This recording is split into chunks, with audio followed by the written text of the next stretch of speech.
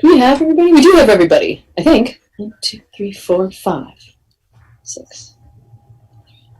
Okay. And we have one visitor here at City Hall. Oh, wonderful. Great. Thanks for coming out. She's a visitor from California and Germany. Wants to see how we do things. So, can you wave? Can you wave? See. Hello. Well, welcome. All right, so I'm going to call this meeting to order. So the first thing is to review and approve the agenda, and I don't think there are any changes to this agenda. Does anyone? Oh, yes, Bill, go ahead. I just suggest that we take the item about the briefing on the executive, the security briefing, which is not going to be an executive session, and move it up earlier, maybe to like right after Girton Park or something like that, since it doesn't need to wait till after all the reports. Right, absolutely. So we'll just make that the last piece of our regular agenda. Regular business. That's fine. Okay. Great. So without objection, we will consider that agenda approved, unless folks have other thoughts. Okay. So the first item on our agenda, well, besides the, last time I had accidentally skipped general business and appearances, and it actually doesn't look like there is general business and appearances. So I'm going to just create that. We Number 4. Number 4? Yeah, it's listed. Maybe I have an old version. My number 4 is police committee appointments. Okay. I will put a link to the agenda in the chat, which I will now authorize briefly. Okay. Oh, I just updated mine, and it's there now. Sorry, Jack and Donna, did you have a comment? I do not. Okay. Cameron bubbled on me. I couldn't understand her. That's what I wanted to say. She was going to post the agenda in the chat. Thank you. Yep. Okay, so general business and appearances.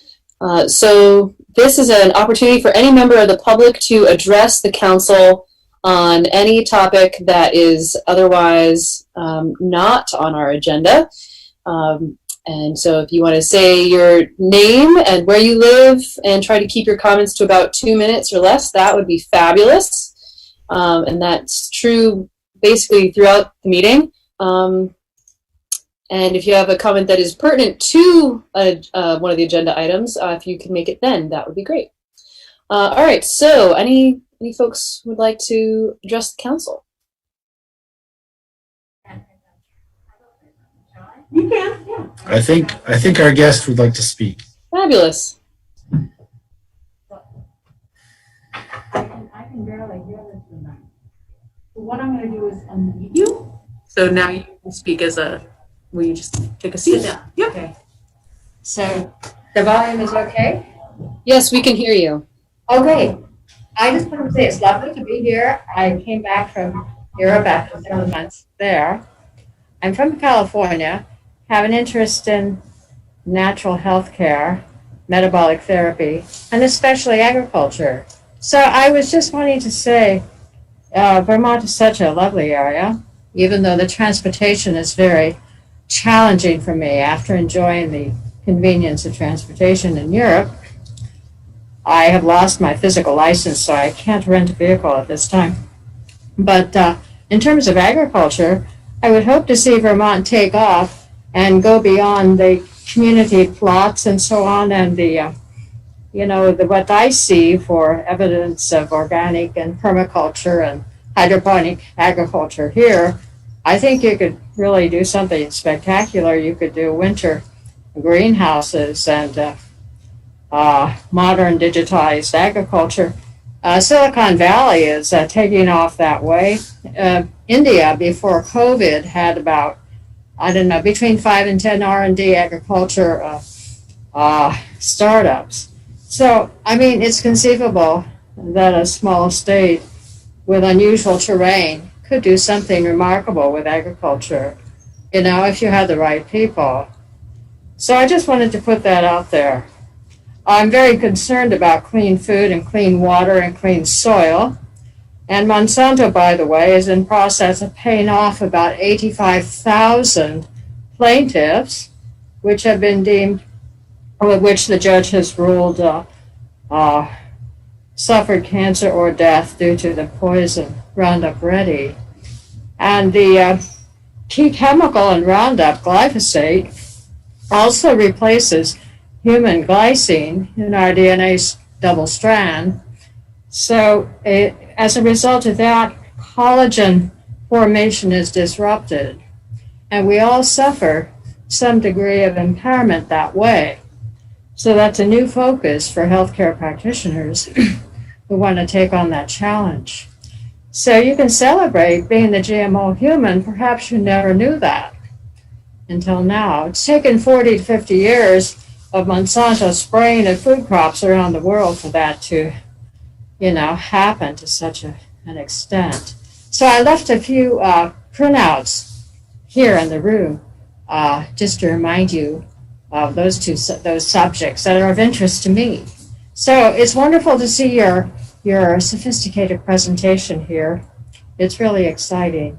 It's an alternate way, and I'm sure there are advantages to this when people can't get together and meet with the cohesion of community, and physical proximity. Thank you very much. Take care. Thank you. And if you wouldn't mind, what's your name and where do you live? Jacqueline Kent. I've been in Germany. I'm from California. I will probably go back to Germany soon. Thank you. Thank you. Okay. All right. So the next item is the appointment of, or actually, I'm sorry, before we move on, is there anyone else who would like to address the council? Steve Whitaker. Go ahead, Stephen. I am going to just talk peripherally in my comment about the Garden Park, but I want to point out that so far, at the end of the last meeting, for y'all to approve executing the contract with no access to the bathrooms in the transit center, and then to be talking, I went and talked to the folks who use that shelter on a daily basis, and I just want to think that y'all are either oblivious or cruel that you think you could just disregard and take away what so few people have in the way of access to a bathroom or a place to, get their meal or hang out with a little privacy. So I could go on and on. I've sent Donna Barlow Casey a list of maintenance issues that I've been raising for over 3 years now, none of which have been addressed. So I think y'all need to really take a wake-up call and question whether you're effective at getting any of this stuff remedied, and whether or not you need to seriously change your approach. Because so many of the precise, detailed, and solvable issues that I brought before you have been swept aside. Thank you. Okay. Thank you, Stephen. And I have no doubt that we will continue to talk about those things. So, all right. I guess my point is talking about it and solving them is two different things. Yeah. Fair enough. Okay. Anyone else?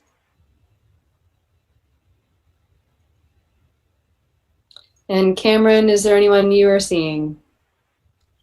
No, ma'am. Okay. All right.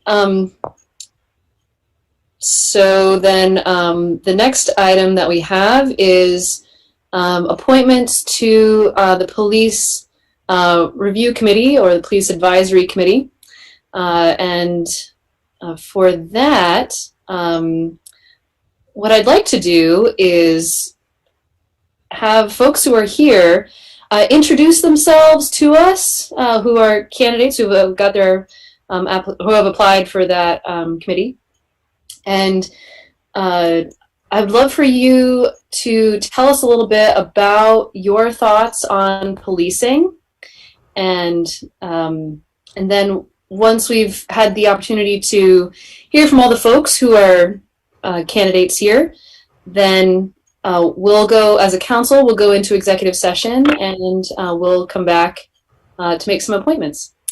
So I'm thinking that we should go, I see some folks here already who have applied, and so my one thought would be that I may just call on you in the order in which you appear on my screen, which I realize may not be the same for everyone, but just for an order. So the way you all are appearing on my screen right now is Michael Sherman, and then Kenny Sachs, and then just to double check,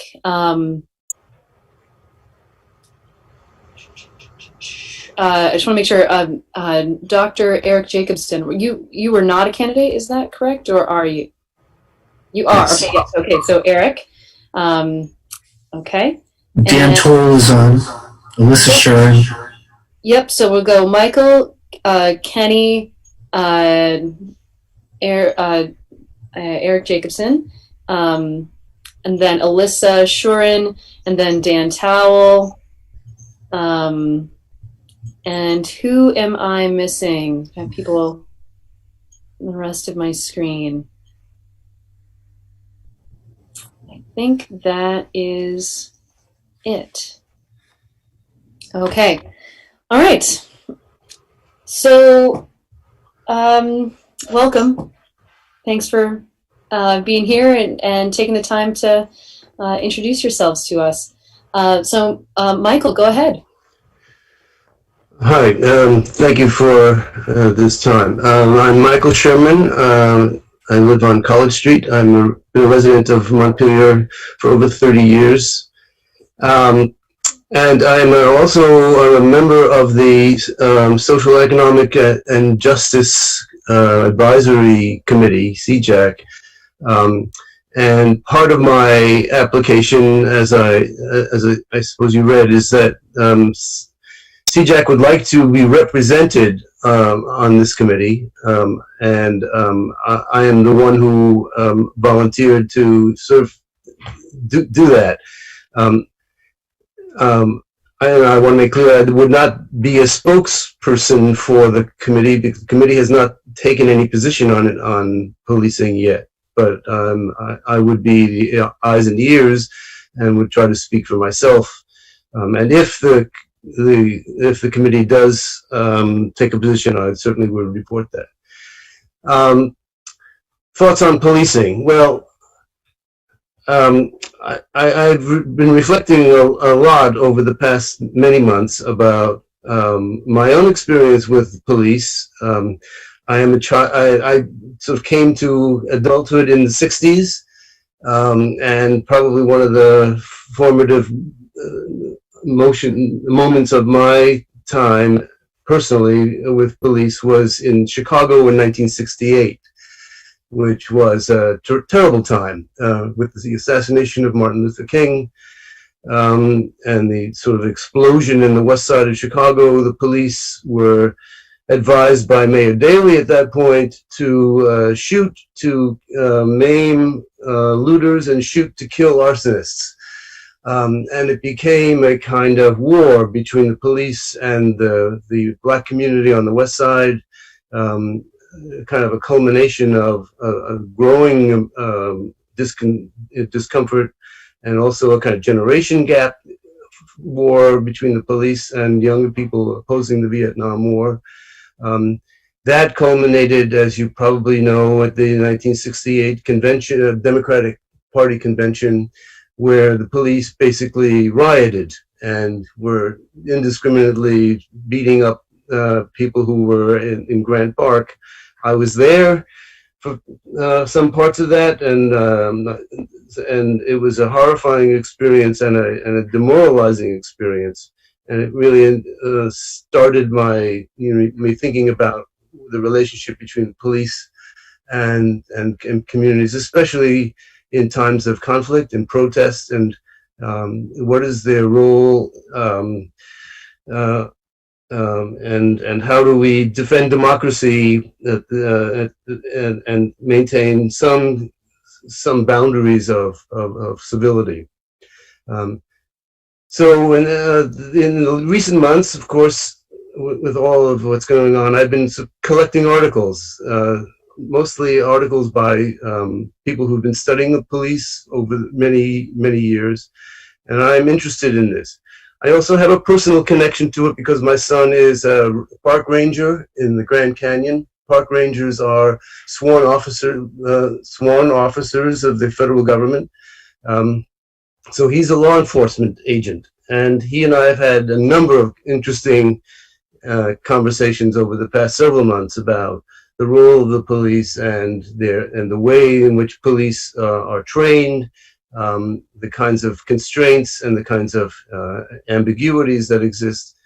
So I have a kind of resource at hand that I would like to bring to any participation in this committee that you might, if you choose to appoint me.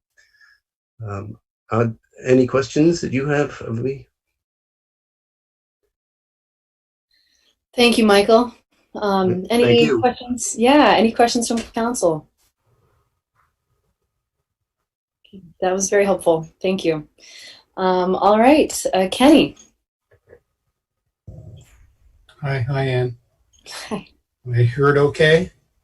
Yes, we can hear you just fine.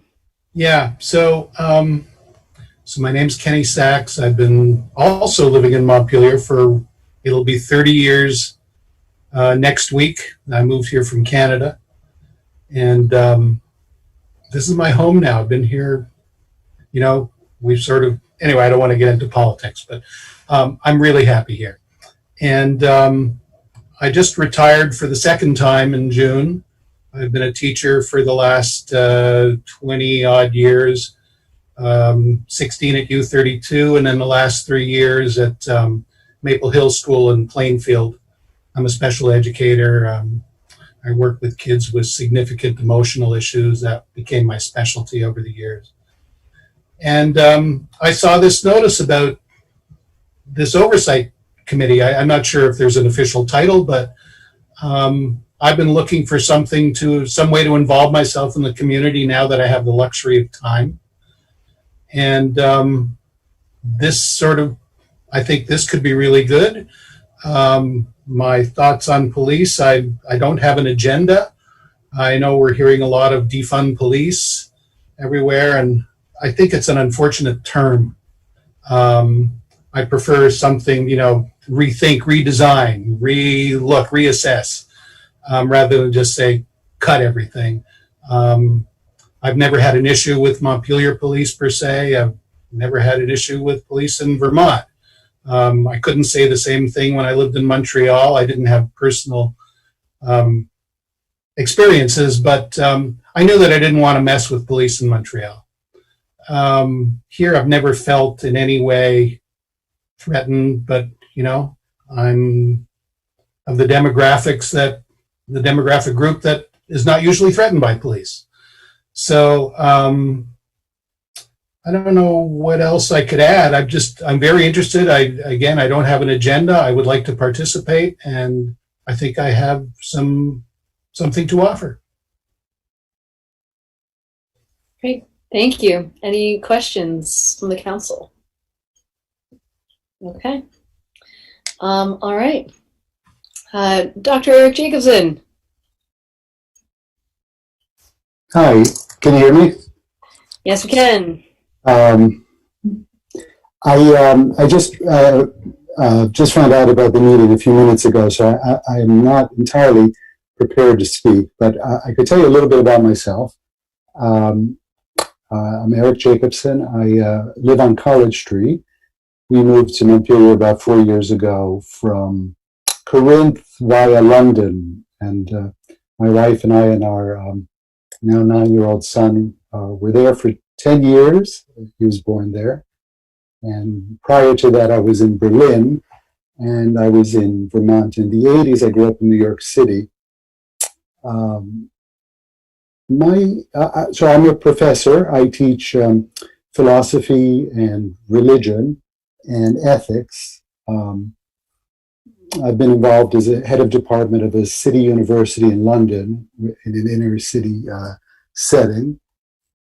So I am familiar with the responsibilities of being responsible for young people and perhaps the responsibilities of working within a social and structure. What else can I tell you? I've done some human rights work and community organizing over the years. 1991 to 1993, I was in New York City and I did community organizing in Harlem that had a human rights and civil rights dimension. I guess before that, 1988, 89, I did human rights work which related to civilian population in Israel and Palestine. And so from that point forward, I've had an ongoing interest in civics and human rights, and I've taught that in London. And now we're in Montpelier and happy to be of service. I do have to say that I also play a role at on the Council of the Hunger Mountain Food Co-op, and I am aware that I might have to take a leadership role in this coming year. So there is one concern that I have about an additional commitment, but I am interested and open. And maybe the last thing I should say is that I had an opportunity to meet Chief Pete during one of his meet and greet sessions when he first came, and spoke with him and was very impressed with him and with his appointment. So I'll leave it there and open to any questions that you have. Thank you. Any questions from council?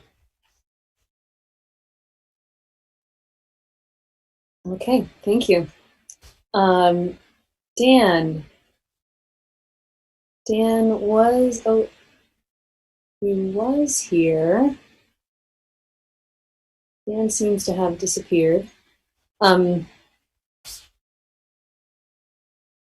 Okay, so we'll skip Dan for now, see if he comes back.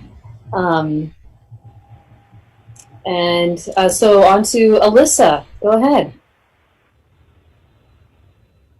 Hi, everyone. Nice to see you. Can you hear me okay? Yep. Great. Well, I'm Alyssa Shurin. I live in Montpelier and have been here for the last 20 years, which makes me feel so old to say that number now. Hopefully I don't look it. Just kidding. My husband and I have been active in the community here. My son is at Union Elementary. And before moving to Montpelier, I lived in Hartford, Connecticut. And before that, Boulder, Colorado, and before that in San Francisco. So have had an opportunity, in those different places, have done environmental or social justice work. So have had an opportunity to see the way police have functioned in smaller and larger contexts. Professionally, over the last 20 years, in addition to nonprofit work, I've also done government work. And with the last 3.5 years, I've worked with the Management Center, telecommuting from Montpelier, which is it's a nonprofit based in DC that has clients all across the country that we support through a management lens. So my role is to help elected and appointed officials run their offices, and which is a real privilege to do. And I've got to see a lot of different models around the way different offices are run. And as part of that work, I have been working over the last 3.5 years a lot on criminal justice reforms issues.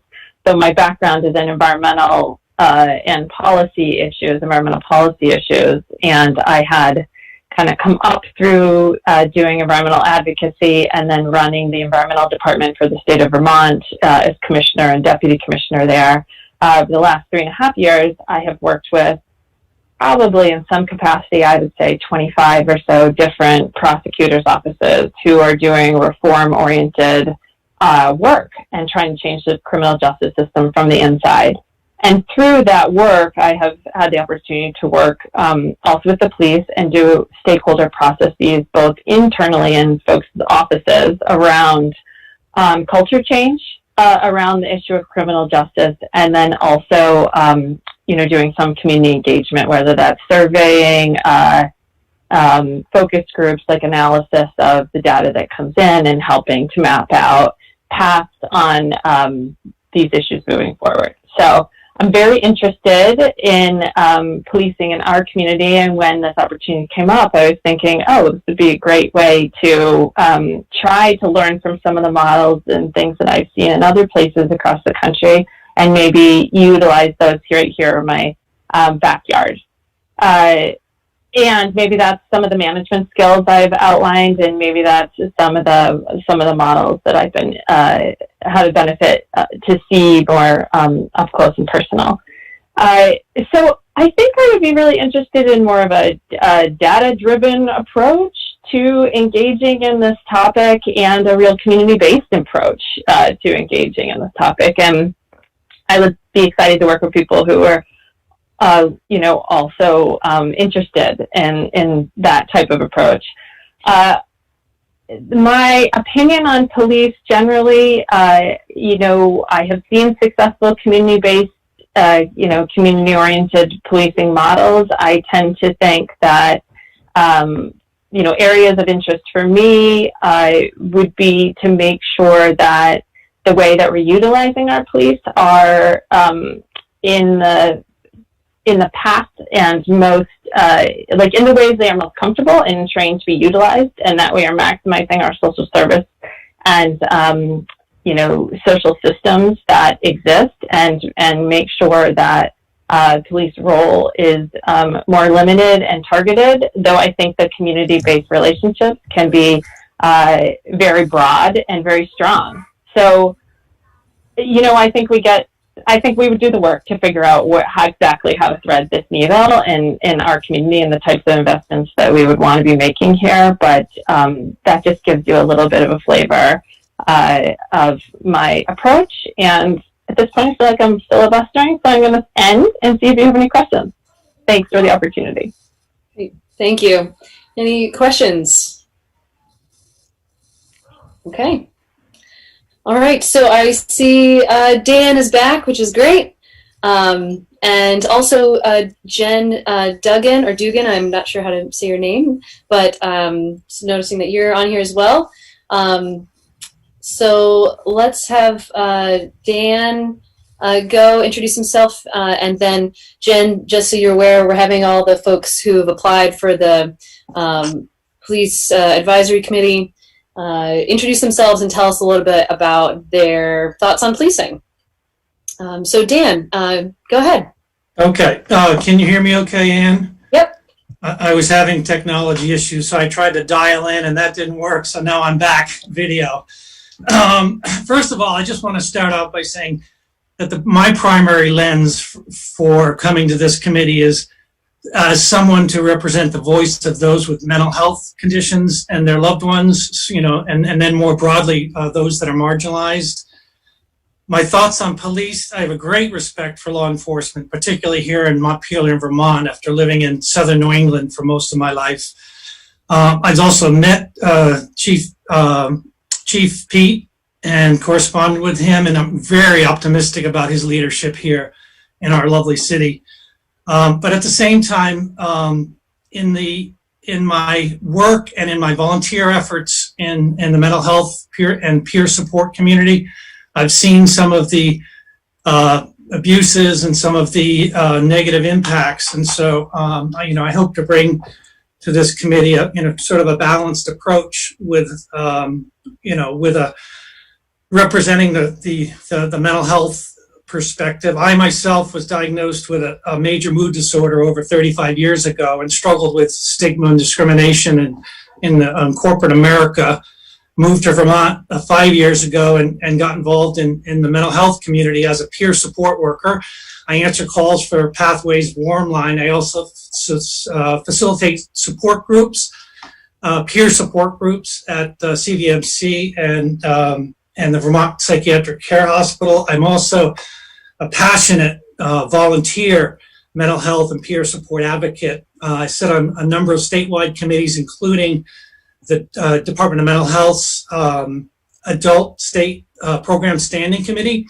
And in that role, I have developed over the last 4 or 5 years, connections and relationships and knowledge of practices throughout the state, including with law enforcement.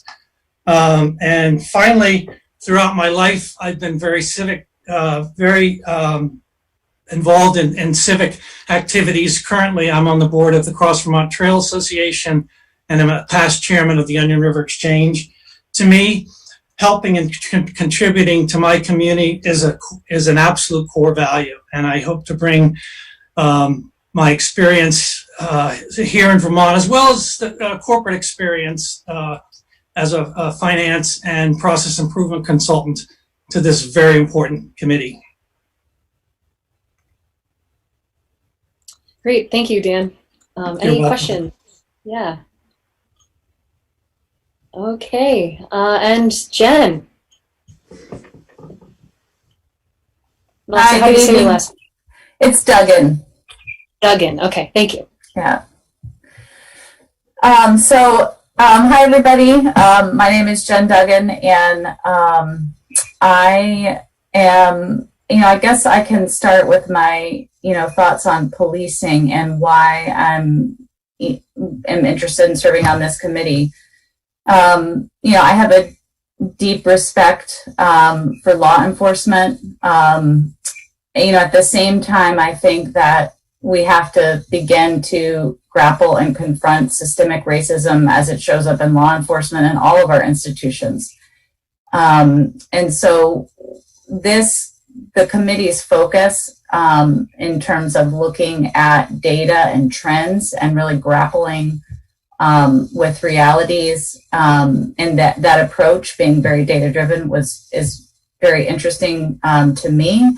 I feel like that's a really important place to ground the conversation. I am really appreciate the opportunity to look at this issue in a systemic way, and thinking about how we balance the benefit that our police provide to the community, all of the positives, while we are working to address systemic racism and getting very real about that. I think that we, as a community, have said all the right things, and I'm really hopeful that this is the first step to moving towards action, to really identifying those inequities that are surfacing in our police systems in our community, and identifying the actions that we're going to do to disrupt that. And so that's a little bit about my interest in serving on the committee. I also really believe in this community, and would be, really honored to volunteer my time and serve in this capacity. I think that, I have a lot of different, skill sets in my background. I have been engaged in, both nonprofit advocacy, working on environmental justice issues and pollution issues, as well as working in state government. So I bring a variety of different perspectives. And I'll just stop there, but happy to answer any questions. Great. Thank you. Any questions? Okay. So in the meanwhile, has anyone else shown up? Madam Mayor, this is Stephen Whitaker.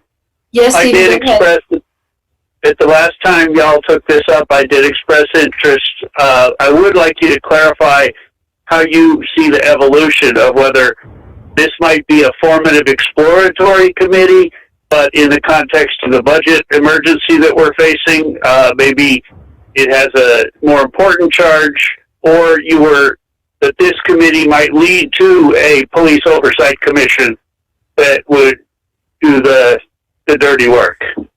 I have already expressed to the council in my 30 odd years in Montpelier that I've been both on the good side and the bad side. I don't think we're only dealing with racial discrimination here. We've got class discrimination, we've got home discrimination, etc. We've got, I've been stolen from, I've been yanked down the stairs in cuffs by John Martin, may he rest in peace, for attending an open meeting of the 911 board, which I was serving on a subcommittee of. So I've seen both the good side and the dark underbelly of this police force, and I think I would provide a valuable contribution to asking the tough questions and doing so in a timely manner so that if we do need to make some serious budget cuts in the next year, we do that in an informed way. I do think we're disproportionately over-policed and under-prepared with the mental health. Witness the assassination of Mark Johnson, which is still being investigated. Okay. Thank you. Thank you, Stephen. Okay, is there anyone else who I've missed? Okay. All right, so at this point, unless there's any other comments or thoughts from council, yes, Donna, go ahead. I wasn't sure whether you heard from any of the other candidates. Sometimes they email us when they can't attend. That is a good question, and I did not hear from any of the other candidates, and we'll put that out to the rest of the council. Anyone else here? We didn't at City Hall. Okay. Thank you. And Jay, did I see a hand? Yes. Oh, no. Okay. All right. So at this point, I think, so we're going to go into executive session. Jack. Yes, pursuant to 1 VSA section 313A3, I move that we go into executive session to consider the appointment of a public official. Second. Oh, yeah. Awesome. Okay. Great. So we have a motion and a second. I don't really know how long we'll be, so I'm going to guess that because we're appointing quite a few, or actually we have yet to decide how big it will be. So there's a number of things for us to discuss. So when we come back, we'll make some appointments. All right. So any further discussion? Okay. All in favor, please say aye. Aye. Aye. Yeah, the discussion of the size, that doesn't seem like it would be appropriate for executive session. Thank you. You could skate right into it, and do them both at once, but I'm struggling to get there. That is a good point. Thank you. I was just going to suggest the same thing, Dave. Yep. And Dan, go ahead. At some point, we have to decide how many to appoint today, whether that's the size of the committee or not. That's true. Dan, go ahead. Yeah, in addition, the last time I spoke to the chief of police, he did not have a good sense of what the time commitment would be and more specifically what you were thinking, in terms of the roles and responsibilities beyond what was outlined. So if there's any more thoughts in that regard, that would be helpful. Yes, that is a good question. So perhaps before we actually go into executive session, we should clarify a few things here. So if I may, Mayor, well, just on behalf of the council, and I'm sure they'll correct me if I'm incorrect, what was written, the summary of activity was the product of a pretty long council discussion as to what was the plan was. And so I think that is the work they expect.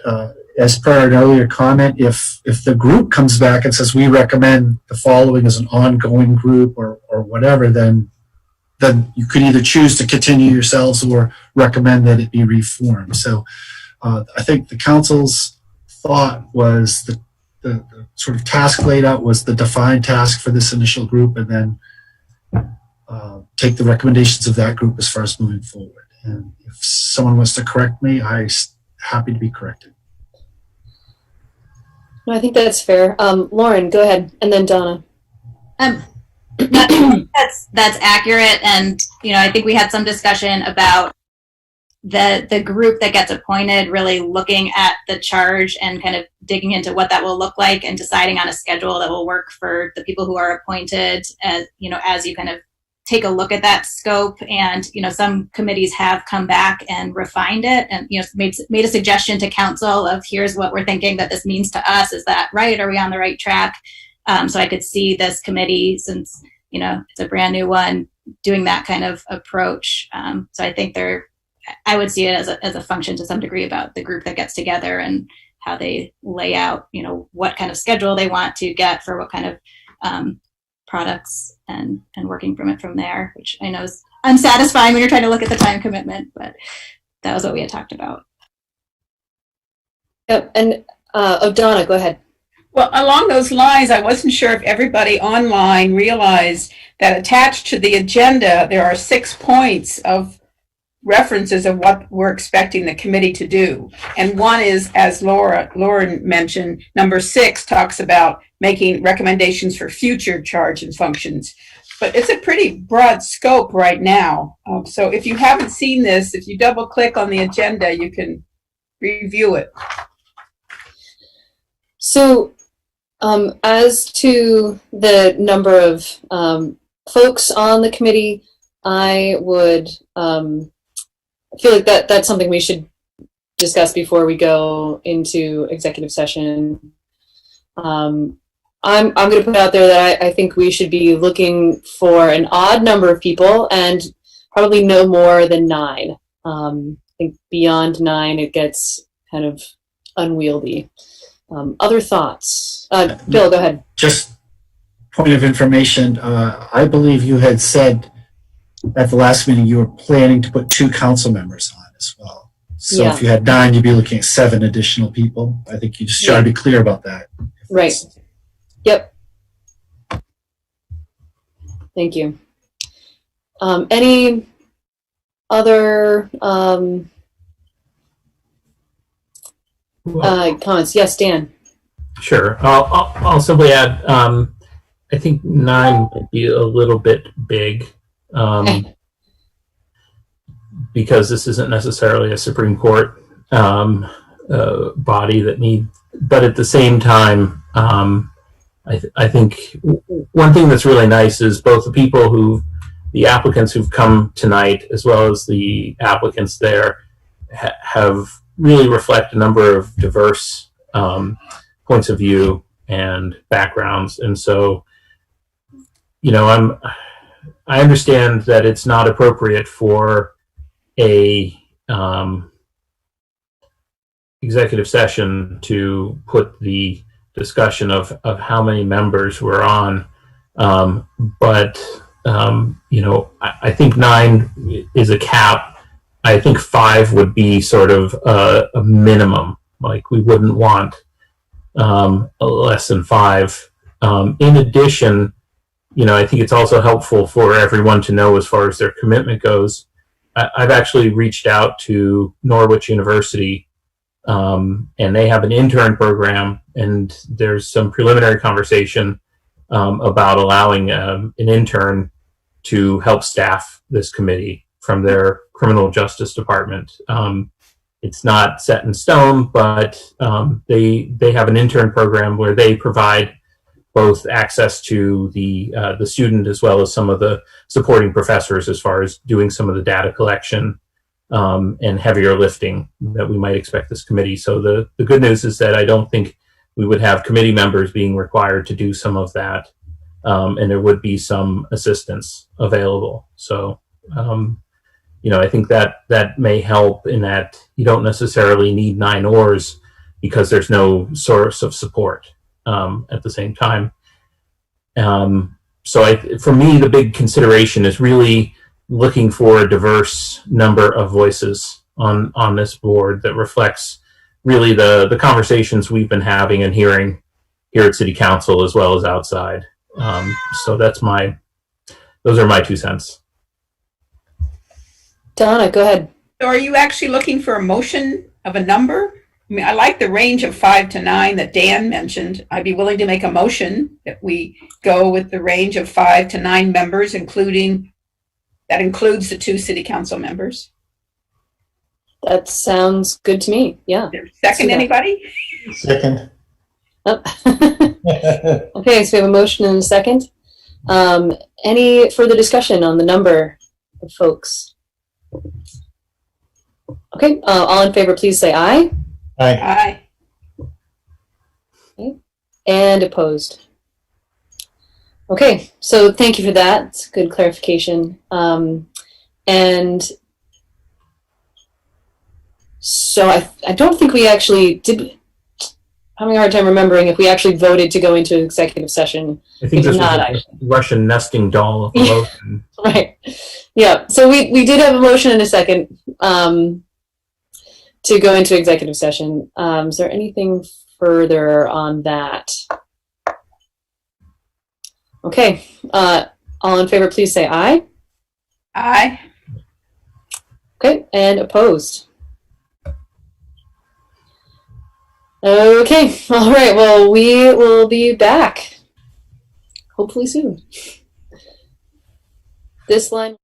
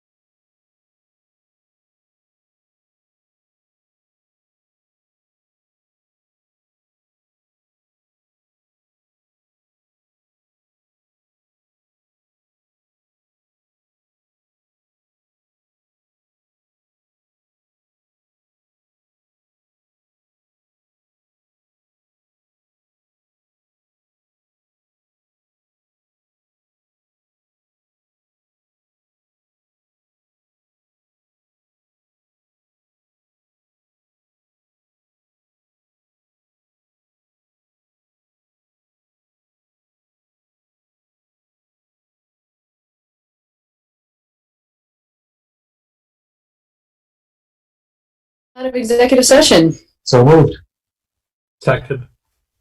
Okay. Further discussion? All in favor, please say aye. Aye. And opposed? Okay. So is there a motion? I'll make a motion. I move that we appoint the following individuals to the Police Review Committee. Michael Sherman, Alyssa Shuren, Dan Toll, Jen Duggan, and then 2 council representatives, Lauren Hurl and Jack McCullough. Second. Okay, any further discussion there? I just want to say to everyone who applied for this, we're so grateful for your interest. And actually, I think I might have more to say about this in a little bit. The second motion. Yes, exactly. So so there's been a motion and a second. So any further discussion? All in favor, please say aye. Aye. Okay, and opposed? Okay, thank you. And so Dan, anything further? Or Lauren, go ahead. I was just going to make a motion that we appoint Jeremy Beaudry and Samuel Lynch to the Social and Economic Justice Advisory Committee. I'll second. Further discussion there? No. Yeah, go ahead. I'll just simply add that they had indicated that they were interested in participating in the Social and Economic Justice Committee as well as the Police Review Committee. And so, given that there are openings and that there are that we've advertised for his position previously, I feel justified in making these additional appointments of these 2 individuals. Good. All right. So there's been a motion and a second. All in favor, please say aye. Aye. Aye. Aye. Okay. And opposed? Okay. So that passes. And then Dan. Yes. I'd like to make another motion. I'd like to make a motion that we add to the scope of the Police Review Committee the following charge: that the committee shall meet and reach out to potential stakeholders and review whether additional members should be added to the Police Review Committee and make such recommendations to us within the first 60 days of their existence as a committee. Second. Okay. Any further discussion about this? Jack. It's worth pointing out that we had a large number of applications for this committee. Anyone who's not been put on the committee tonight but did apply is potentially still in play, and but we could also be reaching out to other people once we look around the table and see who's not there who really should be. Yep. Okay. Any further discussion on this additional scope? Michael, go ahead. Oh, and then Dan. Yeah. Just want to know who's going to convene this committee and when? Good question. Good question. Coming. We'll figure that out. Yeah, usually my office helps set that up, and I would assume that one or both of the city council will take the lead in terms of establishing the first meeting, and then we'll all can decide how to govern yourselves. Okay, thanks. And anything to add, Dan? Well, first, I just wanted to thank you for appointing me to the committee and give you my commitment that I will work as hard as I can and try to involve as many as possible of the stakeholders as we go through this process. And also, I'm really pleased to hear Dan's comment about expanding the committee, because it strikes me that if I counted correctly, there's 6 of us initially.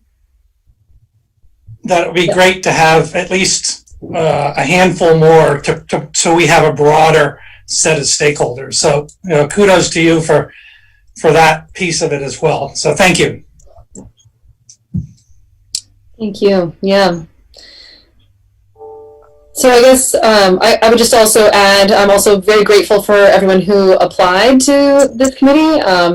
And as Jack and Dan mentioned, we don't feel done with the folks necessarily who are on this committee, but are looking for potentially variety of voices. So I just want to leave that out there. And in the meanwhile, we're just very grateful for your dedication and service on this committee. So there's been a motion and a second about this, the scope, looking at the folks on the committee. There was a second, so any further discussion? Okay, all in favor, please say aye. Aye. Aye. Okay, and opposed. Okay. All right, thank you again, everyone. And I guess either Bill or a city councilor or some city staff will be in touch about getting together. It will be the person who actually runs everything, Mary Smith.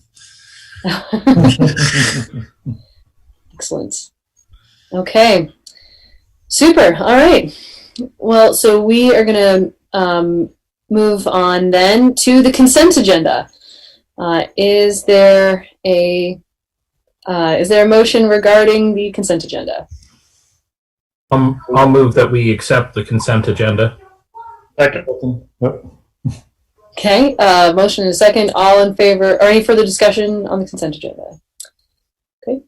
All in favor, please say aye. Aye. Aye. Aye. And opposed. Okay. All right, so that passes. On to legislative priorities. Anne? Yes, Donna.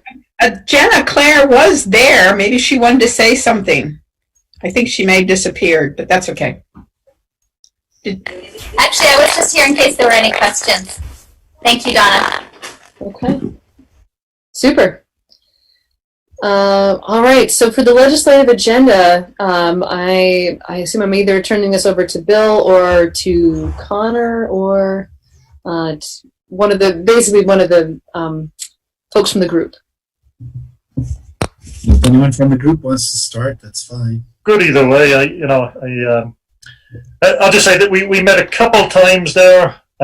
This is building off the work we did last legislative session, which I think everybody would agree it was a good conversation we had with our legislative delegation. And this agenda, I think, is meant to be sort of interpreted pretty broadly with sort of the principles and everything, because we don't know what we don't know at this point. And the elephant in the room is, as the pandemic keeps going here, there's going to be a lot of sources to tap for, additional revenue, hopefully. And it's going to be a matter of just keeping sort of the eye on the prize here. But this is really a foundation. We had it bigger at first, and we, added a lot of stuff that we really think we need some discussion with our legislative delegation just to see what's possible. And then there are other items, in terms of, policing and everything, that I think we want to hear some feedback from the group we just appointed before taking any positions at the legislature, what we're looking at. But definitely things like, postponing reappraisals, pushing that back, pushing for any charter changes. We still got a while to get it on the ballot for March there. I think January we have to do. And I think it's a good collaborative exercise. We've also discussed the potential of bringing more community members, maybe people who are already at the State House, already sitting in these committees, who can give us a heads up, because some of this is going to be offense, but a lot of it's going to be defense with what's coming our way there. So other things we added, like, maybe look at, as we're looking at public restrooms, is there a partnership we could have with the state there, given that this is the capital? A lot of tourists coming into town and everything, and they might be using it. So, discussions like that. But I'll quit yapping, and if anybody else wants to weigh in. So procedurally, the plan was, this committee came up with this draft. If the council is generally okay with this draft, what we were going to do is we'll wait till next Tuesday's election and see who is elected to our delegation, and then invite those folks to our meeting probably on the 18th of November to review the draft and see what they, get their input on what's possible, as we said, and what hot issues they see. And then after that, adopt a final version at the beginning of December that we can actually say, here is our legislative policy, so to speak, and here is what we're giving. So I think today is this the right direction? Are there things you want to add, subtract, ask questions about, all that before we send a draft out and invite the legislators? Donna. Thank you all for doing this work. When I was reading it over, it seemed that some things could be lumped together and then with headings, like a broad heading about net zero, energy, and then more of the specifics that are now in like a couple different items. And likewise about government, more municipal control. I think those could go under a heading, and then under those you have like 2 or 3 items. I just feel it's sort of scattered, and I'd like to see it more focused so that you're concerned about local control. And these are the things we got to watch for. We're concerned about net energy. These are the things we want to watch for. And I would like to see, the council look at that if it were to be redone and have us prioritize them. I think that's also important. But I thank you for your work. It gave me a lot of thought. Well, I can offer, and I'm fairly confident, because I don't think it's that heavy a lift. We could probably have that reformatted for next week's meeting. And then you could just take a look at that. And if you said we want to prioritize it, and by then we would know who the delegation was, but we can at least, and we can still send them the final version after next week. And because we won't be inviting them till at least 4th anyway. So, Lauren, go ahead. I think that's a great idea, Donna. I make it more clear and some priorities, and there's some things that we'd want to maybe make clear that we want to make sure the city's actually engaging in versus things we're just kind of monitoring and assume that other entities will be advancing, and if we were invited or something, maybe we'd support it. So that'd be great to have some more clarity. I'm viewing this as iterative, wanting to hear what the delegation has to say, and if there's big things that aren't on our radar but that would have big implications for the city, that we might add things or shape as well. I think getting it more organized for the delegation before we send it to them is a great first step, but I also think it'll probably change a little from there, either from input from staff or from the delegation before, and as we get clarity of other kind of big ideas that are going to be part of the discussion this year at the State House that we think we might want to weigh in on. Thanks.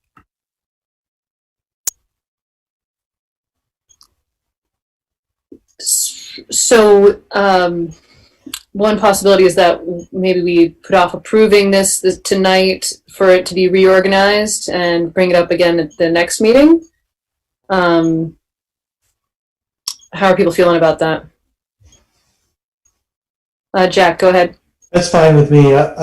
As far as the substance of this goes, I don't have any problem now saying, yeah, this is on the right track, and if people want to do some work on organizing or rephrasing things, then that is fine. But I haven't seen anything here that I would say, well, this committee is way off base. This isn't what the city, where the city should be going at all. And I think that giving some kind of even just a general, yeah, you're on the right track is probably a good idea.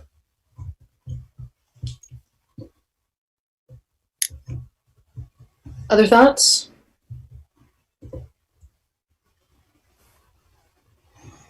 Oh, okay.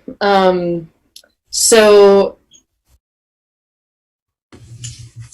Yeah, go ahead, Bill. No, that's fine. And one of the things we talked about with the committee, we had a list that had been staff issues that they were tracking. And we took that off because it was just the council.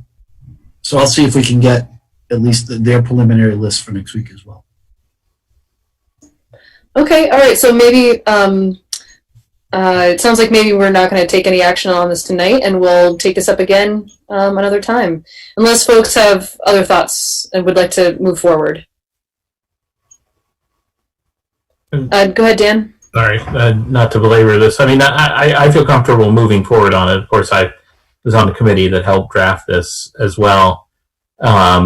And, you know, I think we could simply approve it tonight and reformat it later, because I think it's really a formatting issue. And since the consensus is there, I guess that's the way I would favor. But I'm also fully comfortable waiting to next week if people want to see it reorganized. That's fine. Donna, how do you feel about that?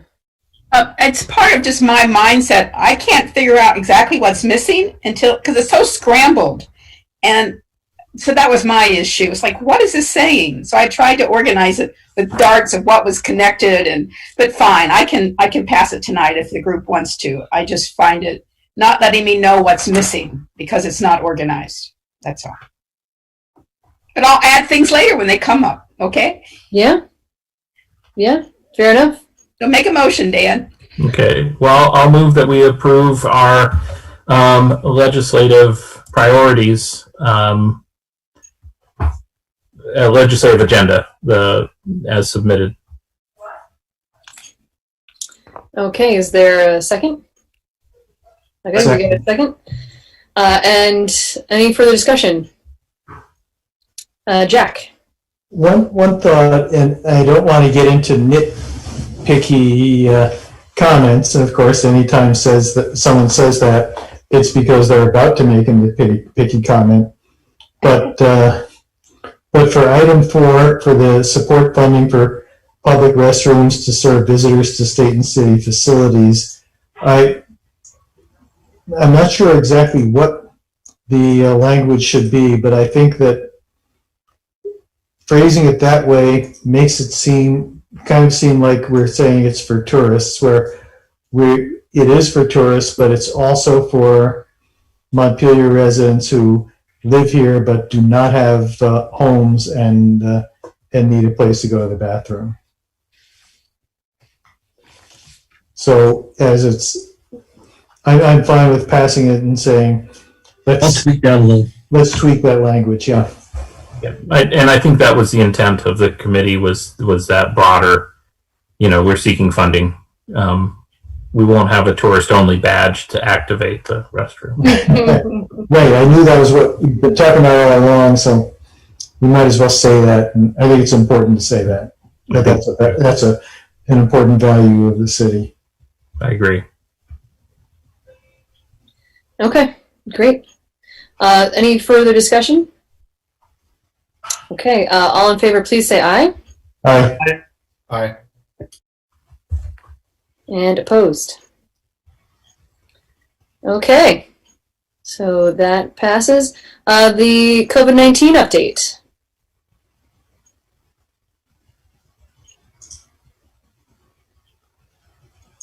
Sorry, I have to get situated.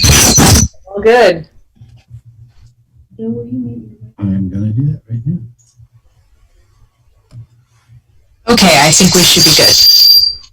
So I'll briefly go through it. It's a pretty big update this week. So in your memo, you'll see that the governor is concerned, and so are our state health officials, about the emerging COVID-19 outbreaks that have been occurring in Vermont. I want to state what the governor said, because I think it's important.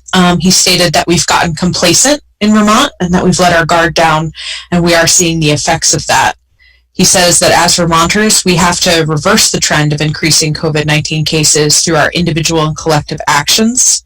Dr. Levine also stressed the importance of wearing masks in the last few weeks, saying the science around them has grown and that they're known now to protect mask wearers as well as the people in their vicinity, even if they're not wearing a mask, and that wearing a mask may also reduce the viral load for people who do end up contracting the virus. So even if you do get sick, if you're wearing a mask, he said that can actually lessen the impact of the illness. So other updates from the state included an extension of the state of emergency through November 15th. There's also been some interesting announcements, including a free community college courses and training for the next 2 months to all Vermonters whose work and household situations have changed due to COVID. So that can be accessed at the vsc.edu website. The state also noted that they released a vaccine preparedness plan to the CDC, and they also announced a partnership between UVM and a drug trial that will be trialing a certain vaccine that will be hopefully rolling out very shortly. They are looking for volunteers, particularly those in the above 65 demographic, to help them test this vaccine. So some sports updates.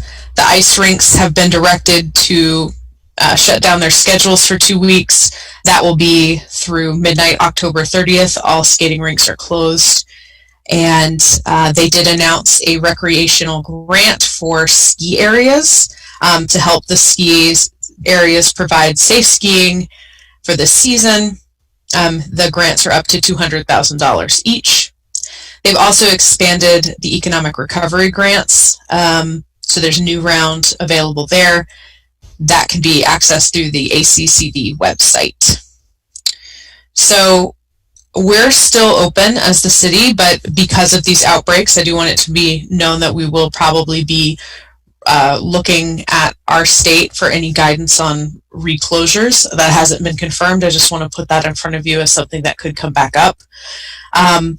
But there are some other openings that this city is doing. Our recreation department is going ahead with some of the new guidance for winter sports and allowing more types of sports to use our rental facility within the rec facility. Things that have been opened include 5-on-5 basketball and indoor soccer. So we're going to be allowing groups of 10 to rent that space for an hour only.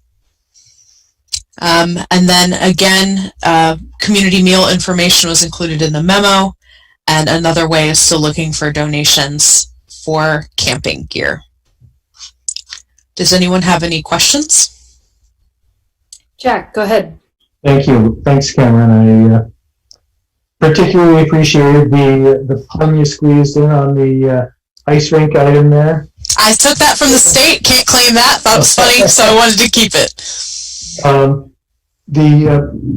was just thinking about this the other day with the vaccine plan. Will there be a role for municipalities to be involved in rolling that out, or is that all going to be at the state level, or is it unknown yet? My understanding is that it's at the state level, but they will be probably reaching out to Chief Gowans as our official health officer if they do need any assistance. So if they need anything from us, he'd be their point of contact. Thanks. And because of the outbreaks, I will also say that Chief Gowans is working with the state right now to make sure that they can give us a daily update on cases in our area. They have not been able to provide that yet, but they are working on that for us. We think it's of utmost importance to have a daily update from the state regarding our region. Great, thank you. Donna. I just also want to thank Cameron, not only for the details in the report, but these links. I want you to know the trouble you go to put them in there. I use them. It's terrific. I really appreciate it. Thank you. Great. Any other questions or comments?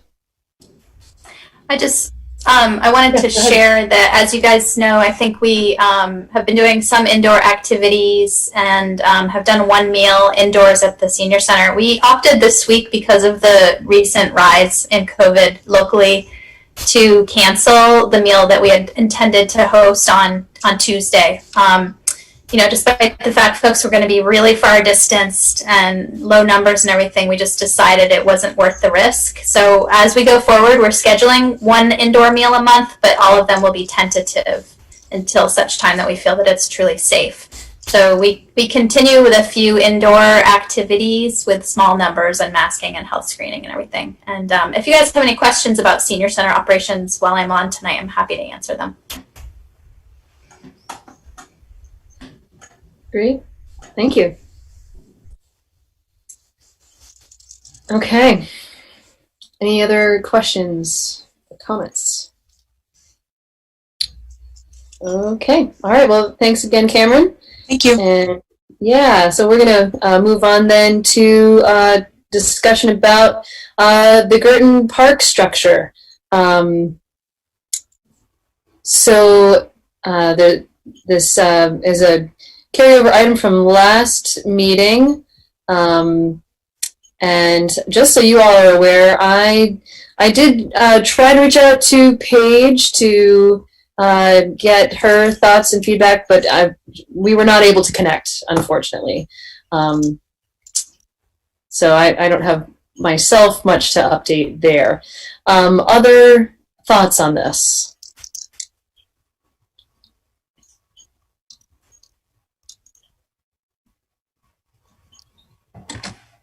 So we do have this recommendation about moving it. So I will just say, at least for my part, from the conversations that I have had with folks using that space, that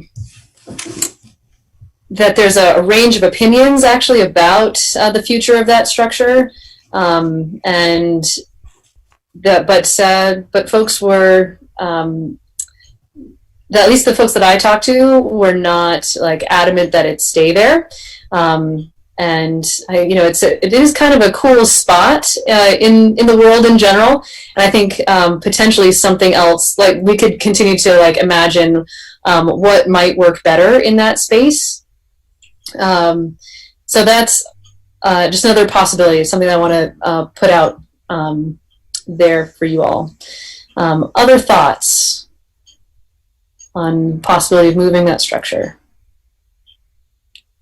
Dan. Sure. I've received a couple comments from constituents and who have been in favor of moving the pocket park out of that, the structure out of that particular location.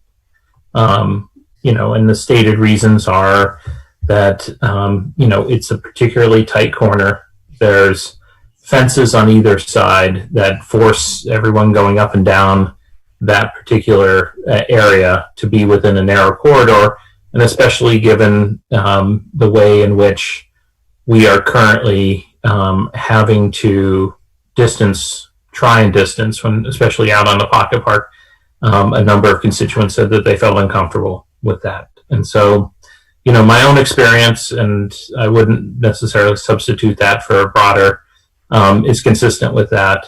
It's not that the structure is, it's a beautiful structure.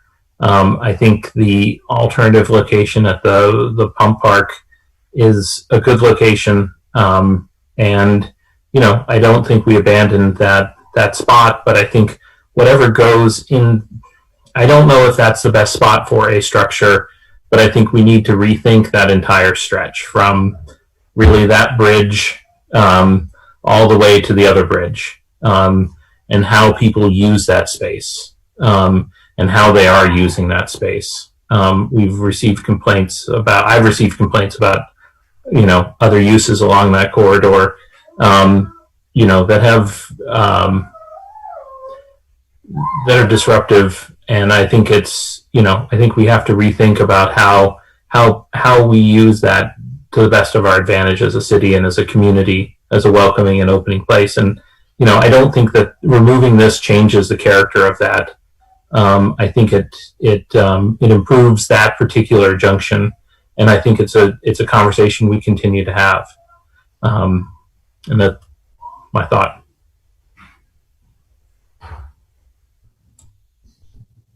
Other thoughts? Thank you. Donna, go ahead. I know, I'm a minority. I really felt it was an ugly spot before we put it there. And yes, kids have to slow down on their bikes to make the corner. But I hope whatever we replace it with, that it's as pretty and really breaks up the whole fence into the parking lot that's behind it there on that stretch of the shared use path. So I hope we're not just closing that space off to asphalt. Thank you.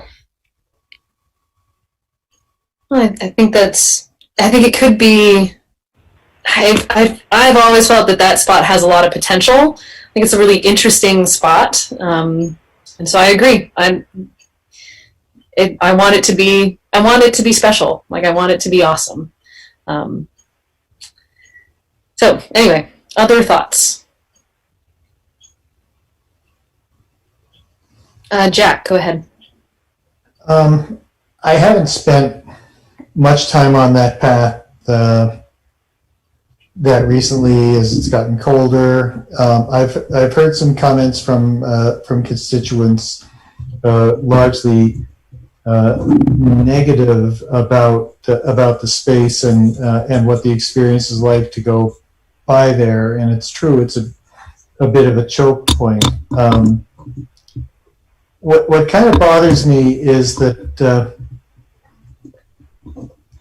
nobody has actually said this, but there's sort of an undercurrent of having this structure there is something that attracts homeless people to this place, and we don't like it for that reason.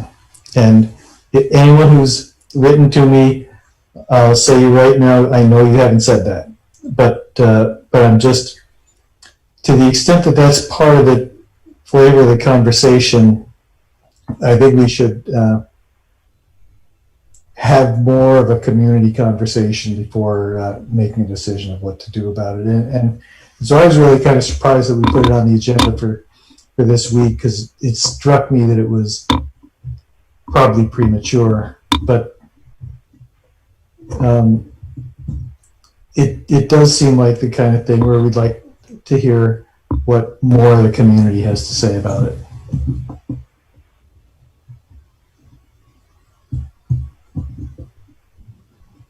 For whatever it's worth, in addition to that, just to build on what you're saying, Jack, from the conversations that I've had with folks there, it sounds to me as well that, like, not all the folks that are leaving trash, if you will, which is not the only problem, but that there, I think that sometimes gets blamed on folks that are homeless, but I don't think that is necessarily always the case. I think there's an assumption there as well, which is not to invalidate your point. I agree that that's something that is also true. I just want to also point out that that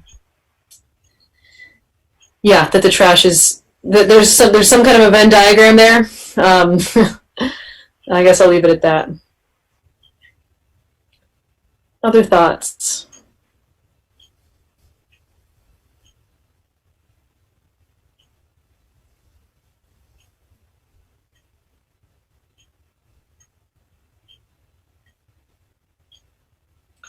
You're going to take public comment?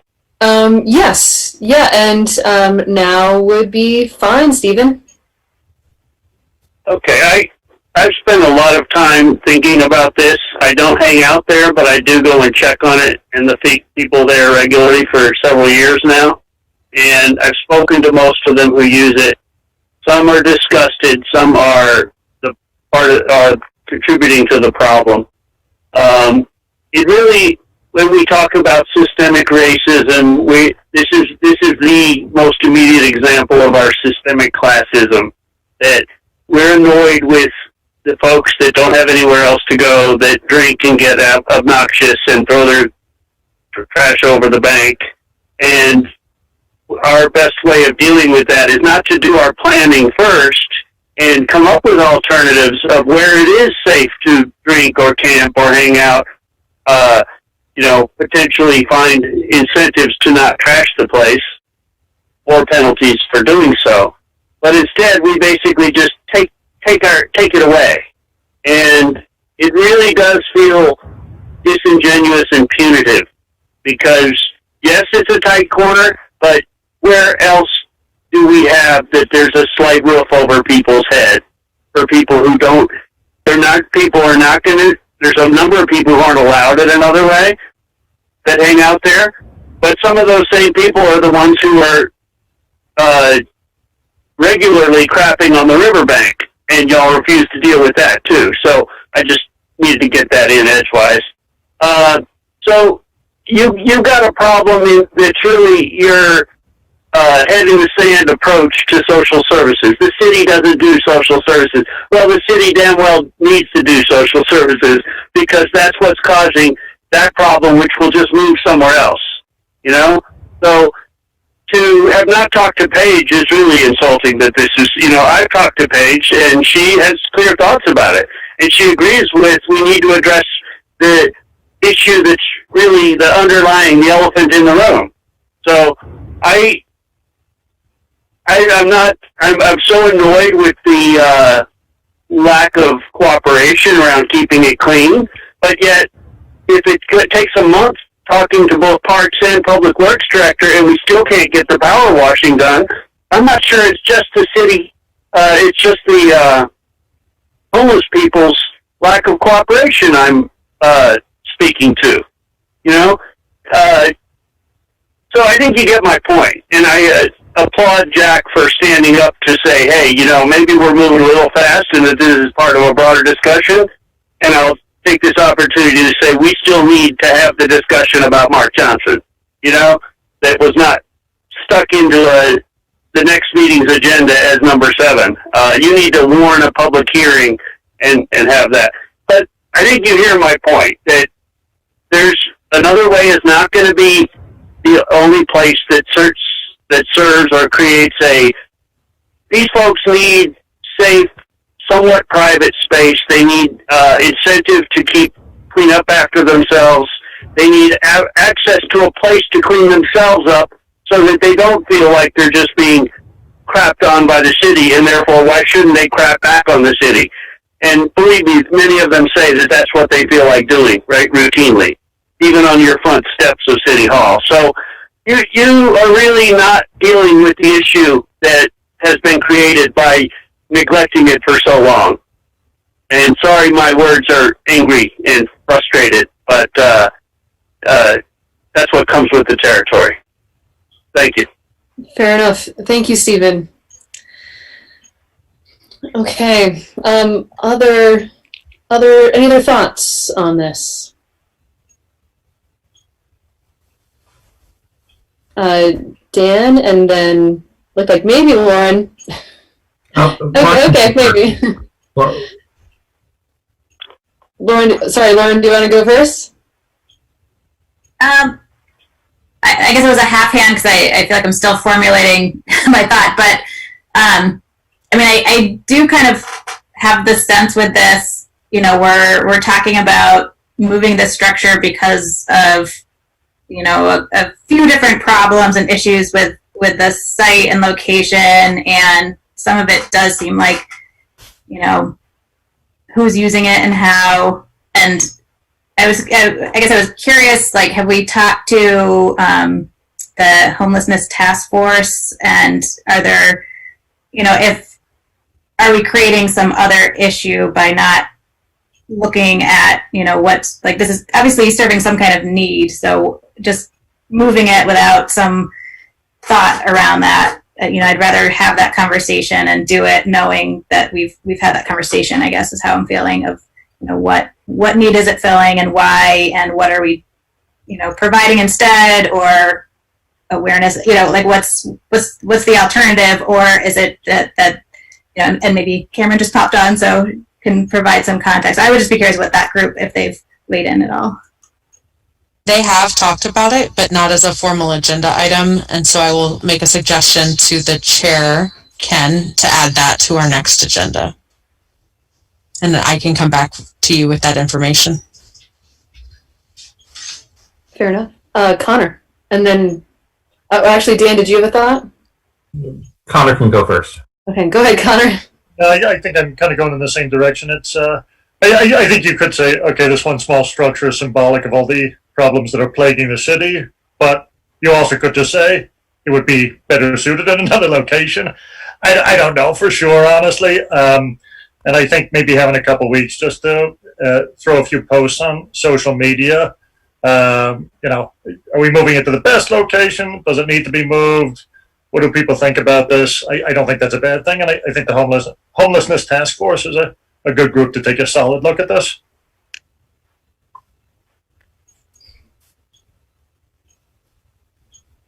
Okay. Dan?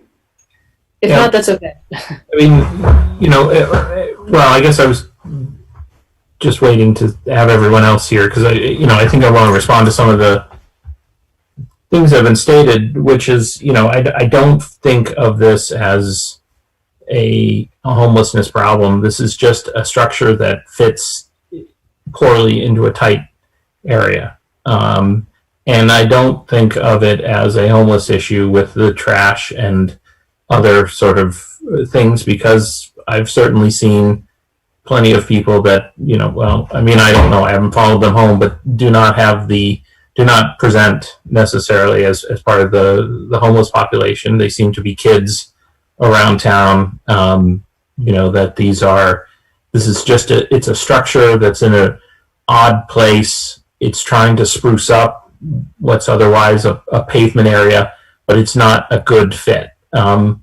And I think that we're coming into the fall and winter, so moving it is not an unreasonable. It's not in a reasonable time, and it can always be moved back in the spring if the homelessness task force, if other stakeholders say, this is absolutely the best place for this structure. But I don't feel that this is, this isn't punitive towards the homelessness population.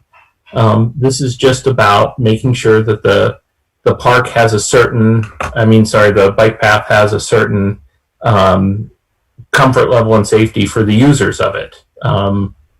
Because of the radius and because of the turn, it's narrow, it's sharp, the structure sticks very close to it, and it's hard to socially distance as you're going by if somebody's at the structure and there's traffic going either way. It's at a nexus point. I think that, moving it, I don't see where this structure would necessarily stay in this particular spot. And maybe its final spot is somewhere down the bike path or in another closer location. But I think this particular spot, is just, from what I've heard from constituents and from what I've seen myself, is just not a good fit. And I think it makes as much sense to move it to a different location and address some of these issues. I think these are important issues to address that we're all discussing. I just think we have to, address this use of this bike path that we've been hearing, that people don't feel like they can socially distance there. And I think it's a good, this is a good temporary step in part of an ongoing conversation. Jay, thank you. Yeah, I'll agree with Dan on this. I just think that it's, I don't think that the location of this structure is totally, I think we're talking about a bigger issue and a smaller issue. I think that the location of the structure is inappropriate given the bottleneck, especially when we're talking about social distancing right now. If we're want to have a broader conversation about how, as Dan said earlier, about how that corridor is used, and we've heard from people who live there and all the challenges, then I think that those issues are not dependent on the location of that structure. So I'd support moving the structure, but then having a broader conversation around how that section of the bike path is used as it leads up to the transit center. Yeah, I'll leave it at that. Thanks. Okay, fair enough.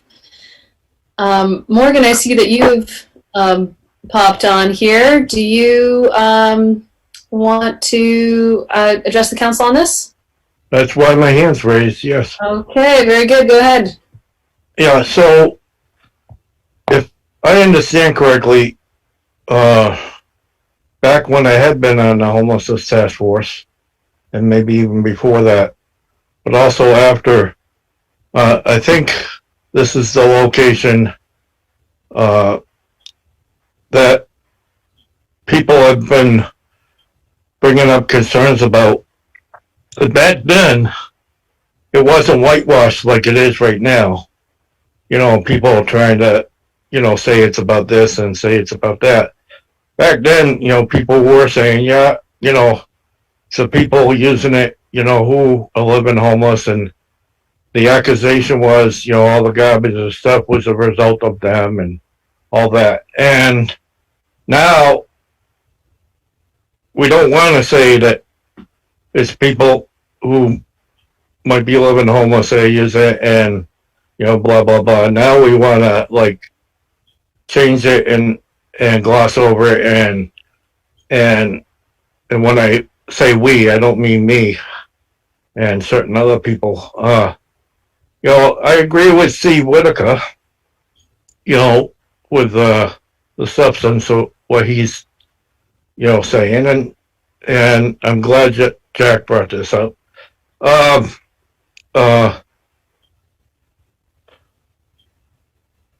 You know, so, you know, people are trying to say, well, COVID-19 and, you know, social distance, all that. Although that might have a certain application, you know, the real issue here that people are having a problem with appears to be, you know, the people that are utilizing the structure. All right? So let's talk about that, okay? You know, it's all right. And the thing is if you want to bring other people into the conversation, how about those who might be using that structure, you know, who are living homeless, who might be, you know, not just the homelessness task force, but people who are actually using the structure, you know? Let's hear from them. You know, and, you know, before you get into discussion about, you know, getting rid of the structure, you know, you got to really talk about addressing the needs here that bring all this about, you know, and having someplace else. And as far as another way goes, my understanding is, besides some people not being able to go there because they've been banned, or they can't get there, you know, my understanding is it's going to be a limited opening, and that's like next month, the middle of next month, you know. And what we got, like 3 weeks or so until that happens, you know. And it's cold, you got snow coming, you know. And if you want to address something, address what's, you know, really happening, you know, and the people that we're talking about. You know, don't whitewash it, because that's what you're doing. And that's not all right. Not by me, you know, and certain others. So, you know, don't just lay this on the homelessness task force. Don't lay this on others, and don't ignore it. You know? Thank you. Yeah, thank you, Morgan. I do want to just assure you that I've had multiple conversations with folks hanging out in that structure, different sets of folks, and trying to gather as much information as I can, certainly, about who's using it and how, and their thoughts on it. And I'm going to continue to do that. But just in the interest of time, one thought, team, is that either there's some motion that somebody would want to make, or we can put it off again for another meeting where potentially after the homelessness task force has had a chance to discuss this. What is your pleasure? Mayor, can I offer one more brief comment? This is Steve Whitaker. I think before you do that, I'd like to hear from the council on this point. Okay. Jack and then Jay. I'm going to make a motion that we put this on the agenda for whatever the meeting is, about 30 days out, 4 weeks out, whatever date that winds up being, that we seek to obtain community input from a variety of people, including people who live at Girton Park or who use Girton Park, and with specific application to, with a specific direction to the homelessness task force to try to gather input and make a decision about the disposition of the structure at that meeting. Second that. Okay, there's a motion and a second. I saw Jay and then Stephen. If you want to make a comment, that's fine. Go ahead, Jay. Yeah, I just wanted to mention that I made the same comment at our last meeting and around trying to get feedback from the homelessness task force about the impact that moving the structure would have. I don't know that there was any traction on that, but I don't know. It feels to me like we're at a point where we could make a decision one way or the other. If we need to push it off, then that's fine. But it would be good to have a deadline so we could, if we do feel like we need public comment on this, we have a deadline and actually empower the task force to give us a recommendation one way or the other and get the feedback that we need so we can make a decision. Then I think that would be a more appropriate next step. Thanks. Okay. So, Mayor, if I could, can I jump in real quick? I just want to let everyone know that their next meeting is November 18th. So their timeline is a little skewed right now because their normal meeting fell on Veterans Day. And then, so I just want to make sure that that is considered in the timeline. Thank you. Okay. Thank you for that. I'm going to go Dan and then Stephen. If we're going down this road, which I'll be honest, I don't support, because I don't think this isn't a homeless shelter. There may be a certain portion of the homeless population that utilizes this, and I think that's a question that we can address. But I'd like to see any feedback that we get from the homelessness task force to be looking if they identify a need that this particular structure serves, to know of alternative locations, because while I certainly am supportive of meeting that need, what I am not supportive of is this shelter staying in this particular location for the reasons I've stated before, which is I don't think it's a good location for it. So I'd like to, as opposed to having the homelessness task force come back and simply say, yes, there's a need that this shelter serves that's a function or part of the homelessness population. That's fine. But I don't think that justifies keeping this shelter in this particular location without looking at alternatives to have this in another location, if that means moving it down the path to a more open area where it can be set back a little bit, or something else. I'm happy to talk about this. I just think that this particular location is a bad location for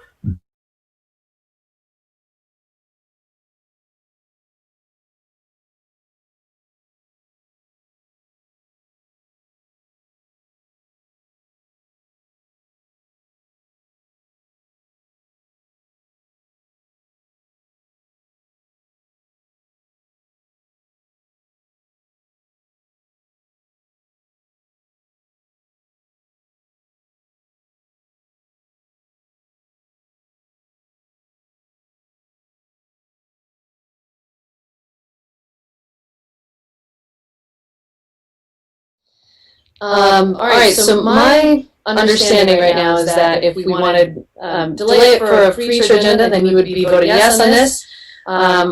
And if, I suppose, if we wanted, well, one possibility is if there was an alternative motion to move it this evening, then maybe one could vote no.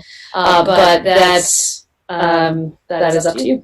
So anyway, Lauren, go ahead.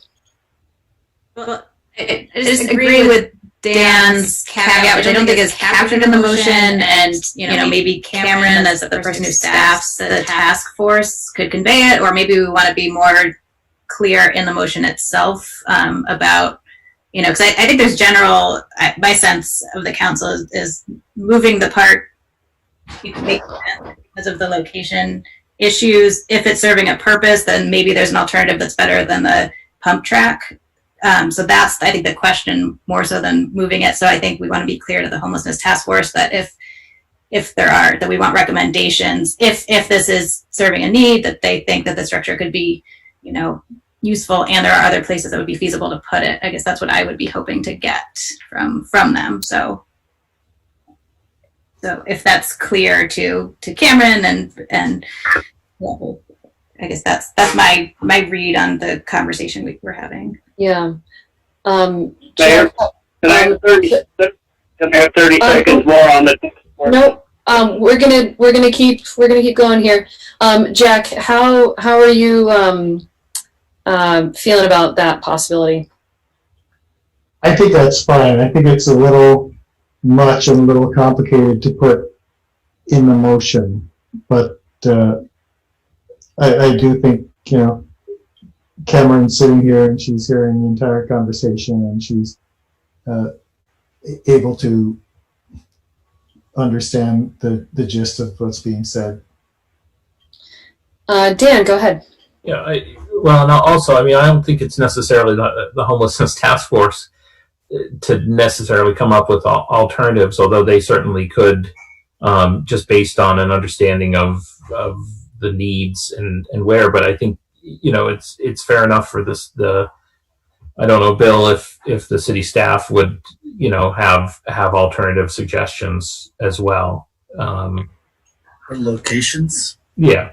Or, if there's a lot of suppositions here.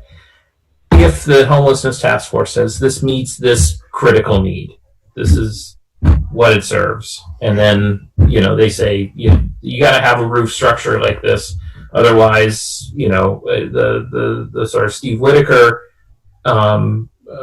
idea that, there's a population that will suddenly have this need that will domino into some other, whether it be the pavilion porch or something else underneath the People's United Bank building, that this is a clear need.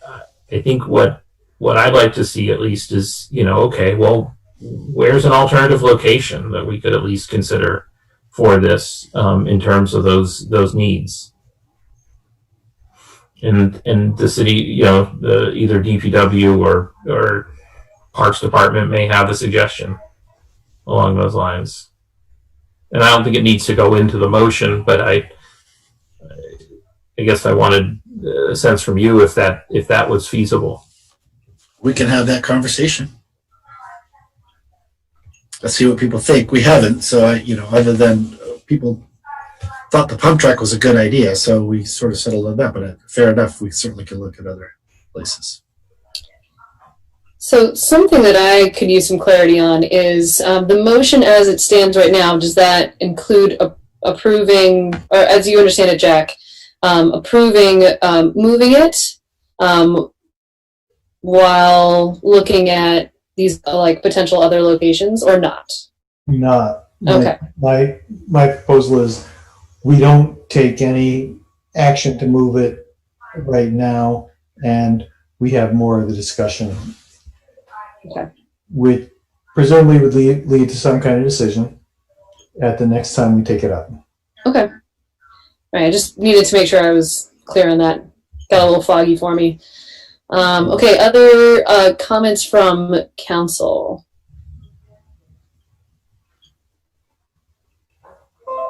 Okay. And oh, Jay, go ahead. Sorry, it feels to me like we're we're kind of talking about two different paths, like acknowledging the need to support the folks who are utilizing this structure, and also the separate path being like, is that structure what is needed to support them, and potentially putting it in a different location. So I guess that's what I'm trying to come to terms with here. Like, I'm fine to, like I said at our last meeting, yes, we should have a conversation because there's a certain population that has utilized the structure and to the best of its, to the value that it has, and we don't want to just abandon them, and that's really important. But at the same time, are we talking about where this particular structure should be, or are we talking about addressing the need of the people who are utilizing it as it stands now? So this doesn't necessarily affect the the motion. We can certainly continue the conversation, and I'm fine with that. But I think that if we're going to have a conversation about supporting the population that uses that stretch along the river, then let's, whether it's with the task force, with city staff, whatever, then let's address that issue. And it's not necessarily directly tied to this one particular structure. So I'm just trying to establish a path forward here. And if we need community input, if we need more engagement, then that's great. But it doesn't feel to me like an either or. Like this structure is what supports them. It's more about that they need support and how to best support that population. So okay, I'll leave it at that. All right. Anything else from the council? Okay. All right. So there's been a motion and a second. All in favor, please say aye. Aye. Aye. And opposed. And so I think we've got two. Well, I think we've got to do a roll call. So I am just going to go in the horseshoe order because that is the order that is in my head. So Donna. Aye. Oh gosh, who's next? Connor. Aye. Jay. Opposed. Dan. Nay. Jack. Aye. And Lauren. Aye. Okay, so that passes, and so we're going to ask the homelessness task force to take this up and have more community input. And any further discussion on this point? Anything else we want to say about that or about this topic?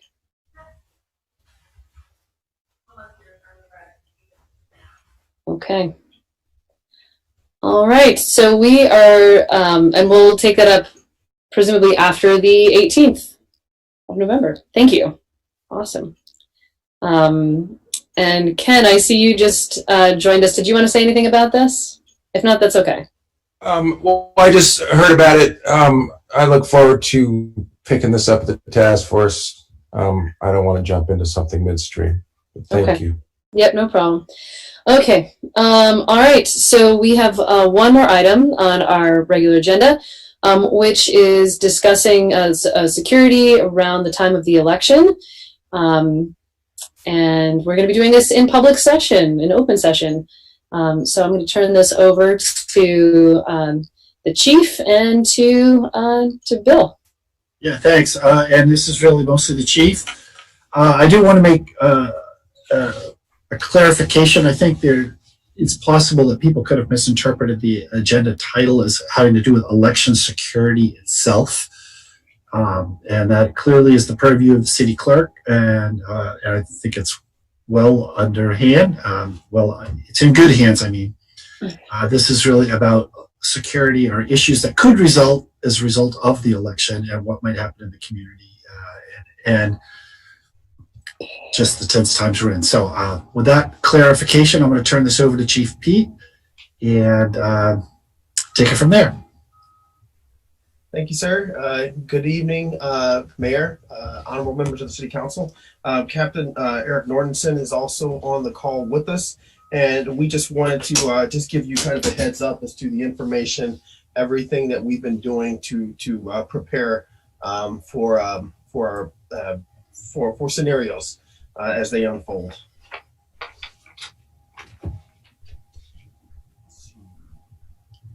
So the first few things that we'd basically the topics we'd like to discuss are potential outcomes, related concerns, the steps we've taken so far, ops planning and the department's focus, planned events or any known threats. Again, and as I say that, I want to make sure that planned events aren't known threats. They're just two separate pots. And then contingency steps that are going to be applicable to the city. So with our potential outcomes and related concerns, there are concerns nationwide of reports of voter intimidation at polling locations, presence, anybody who's armed, anyone who wants to say that that they're there to maintain election security. So that's something we've been in contact with John Odom about, and that we've been working with the State's Attorney's Office as well as the Secretary of State.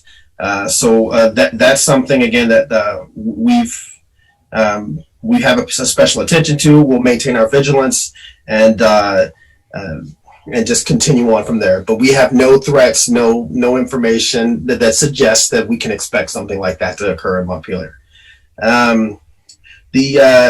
The potential wins and the outcomes. So there are obviously going to be four of them.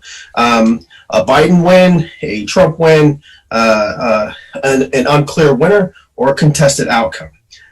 So what my consideration is, or what my thoughts is that if there is, depending on, I guess, which individual wins the election, you may have a different type of folks who are going to come. So if there may be folks that are going to be in support of Biden if Biden wins, and then for the most part you may have a group of people that are congregating and that there's no conflict there. Everyone's there pretty much for the same reason, and the potential for folks to get into arguments is going to be lower.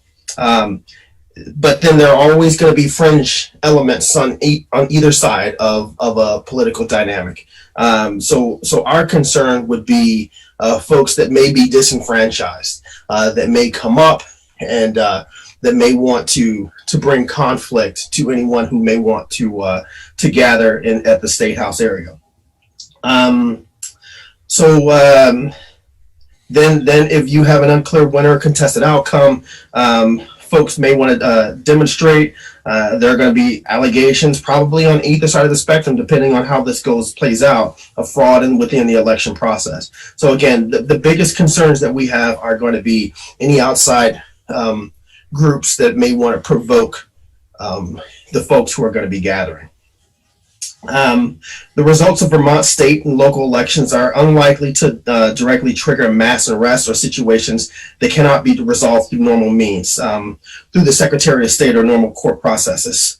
So again, it's local that we're not necessarily concerned with. It's just like the national level. And there's an agreement with a lot of folks within our spectrum that the longer there is an unclear winner, the likelihood of an incident within the state would possibly increase. And as I'm saying this, I just want to say that we're not trying to present doomsday scenarios. We always hope for the best. We're hoping that everything's we have no indication that anything bad or negative is gonna happen, but it's our responsibility to make sure that we're planning as best as we possibly can for the logistical concerns of the city, as well as the safety of people who live here and those who might come here to express their rights.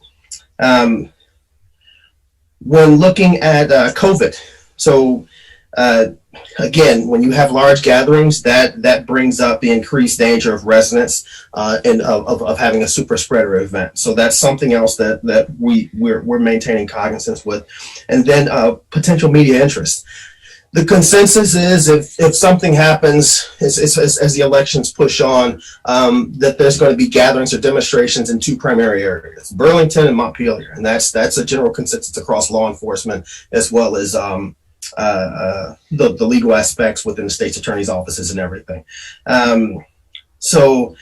If the concern again would be when you have large gatherings, no matter how peaceful, there may be elements that may want to take advantage of media coverage or that type of attention to do anything that they want to do. That's something that's again that we're cognizant of, and then we also do have the concerns as well as the logistical elements of if there is political individuals, the elected representatives that may want to come to any impromptu rallies or situations, and the logistics and safety aspects and security that also brings as well. So those are things that we're cognizant about.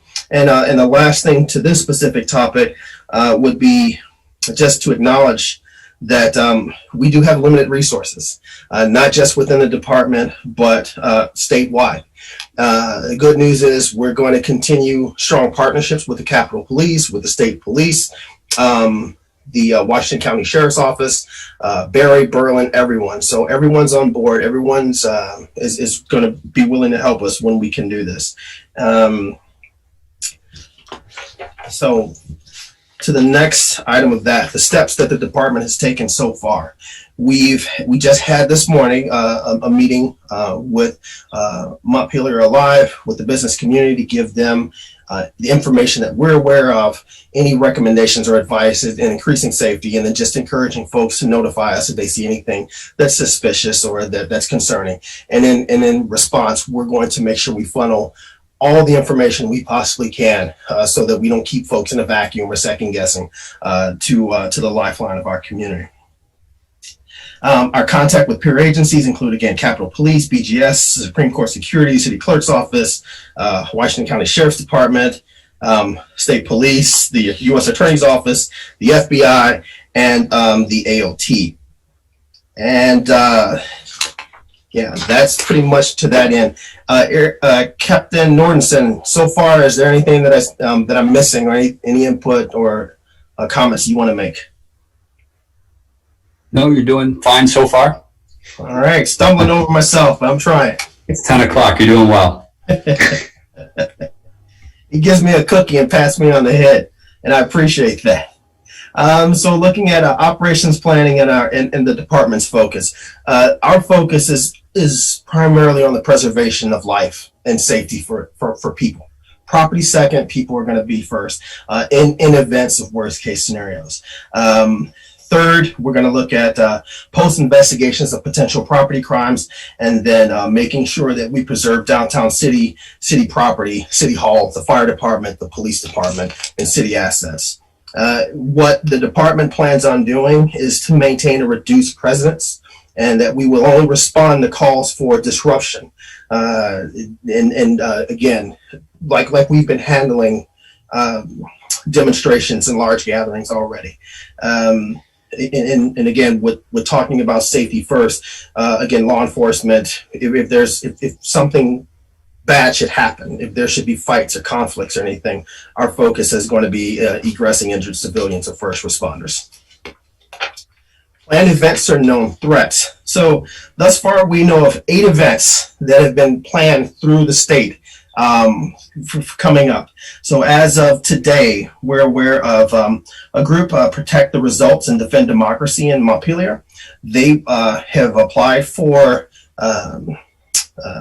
pretty much to be on the State House lawn from November 4th through November 7th.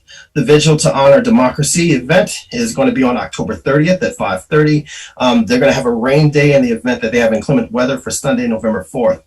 There's a rally hosted by the Rights and Democracy of Vermont for November 4th at 4 o'clock. The rally hosted by the Vermont Public Interest Research Group, or VPIRG, for November 7th at noon. And the Vermont Right to Life will be there at January 23rd, 2021 at 10 a.m. So those are the folks that we're aware of that want to gather, that want to express their rights, and we're going to do everything we can to make sure the logistics and their security, any concerns, just their safety is met. We don't know currently of any specific known threats to the city or to any elected officials. Again, there's a trend that we're looking for.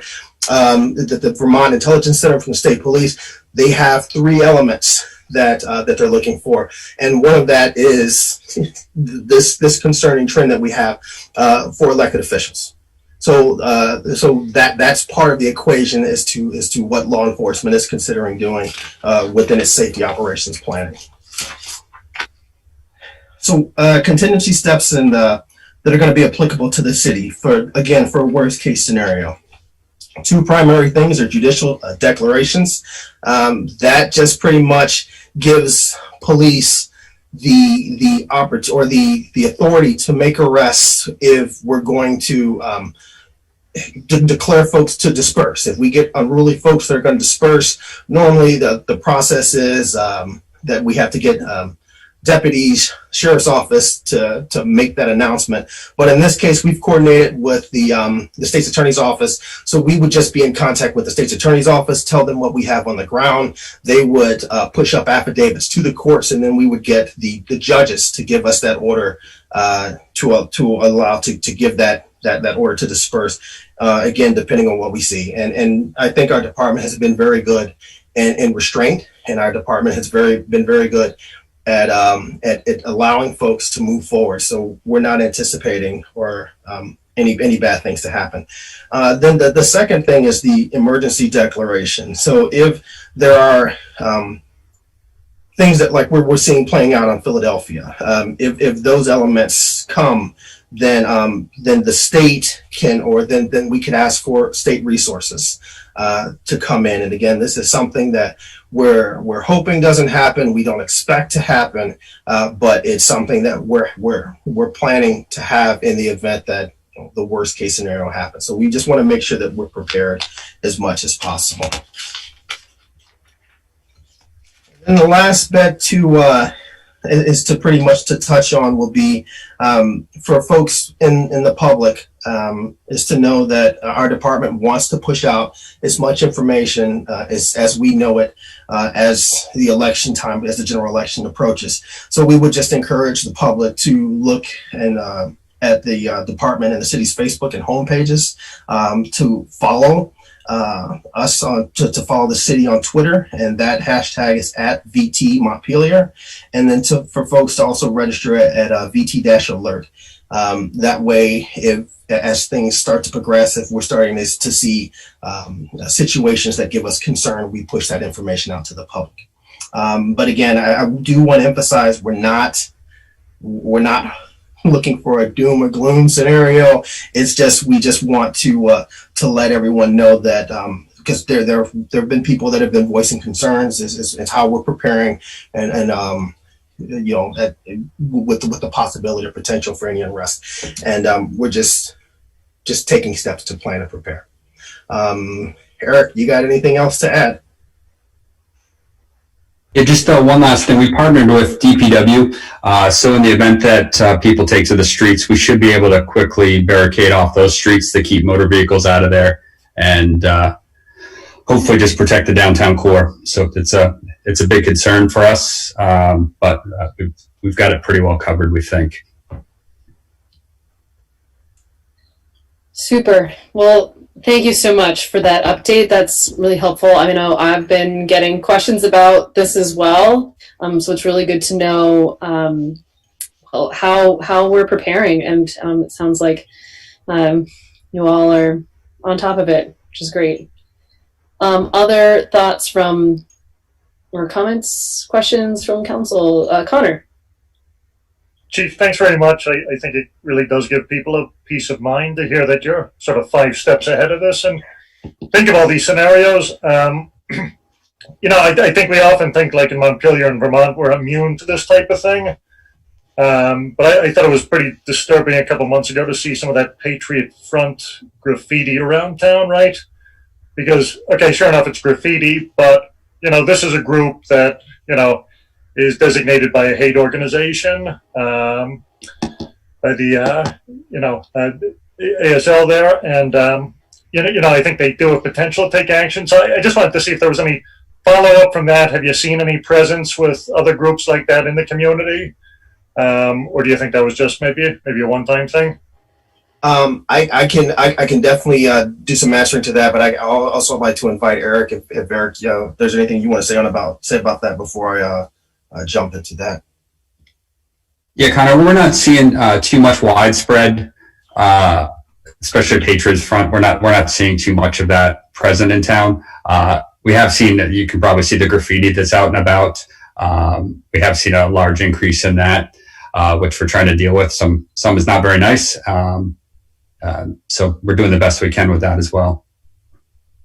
And that's one of the biggest concerns is the national trend is it's not necessarily that it's communities that are causing unrest within their own municipalities. It's the concern of folks who are coming from the outside and taking advantage of the opportunity to do that. So that's why it's really important for us to make sure that we're sharing information with the VIC as well as getting information from them, which we are. But yeah, we haven't seen anything that suggests other than that there's like a massive presence that's having any plans for something like that. But it's something the department is definitely keeping its eye on. Very much. Great. Lauren. Yeah, thanks so much, Chief and Eric. Really appreciate the update and all the work that's going into keeping everyone safe. Two quick questions. One, it sounds from the way you ran through it like we don't anticipate, I think, one thing people have watched with concern of how some federal law enforcement officials have acted. It sounds like we're not anticipating any federal presence. So I just wanted to confirm that. And then the other piece was speaking to the roads, at least for the Saturday, November 7th event. I think people are anticipating that could be pretty sizable. And does it make any sense to proactively close off that stretch of street just so that there isn't traffic and there aren't cars, knowing we've seen vehicles used to try to harm people and other, again, just planning for, hoping for the best, trying to plan for the worst. But, does it make any sense to look at that ahead of time of closing that down, or do the kind of reactive approach that you described, which sounded like you could do it pretty quickly if we were seeing concerns, but just curious your thoughts on that.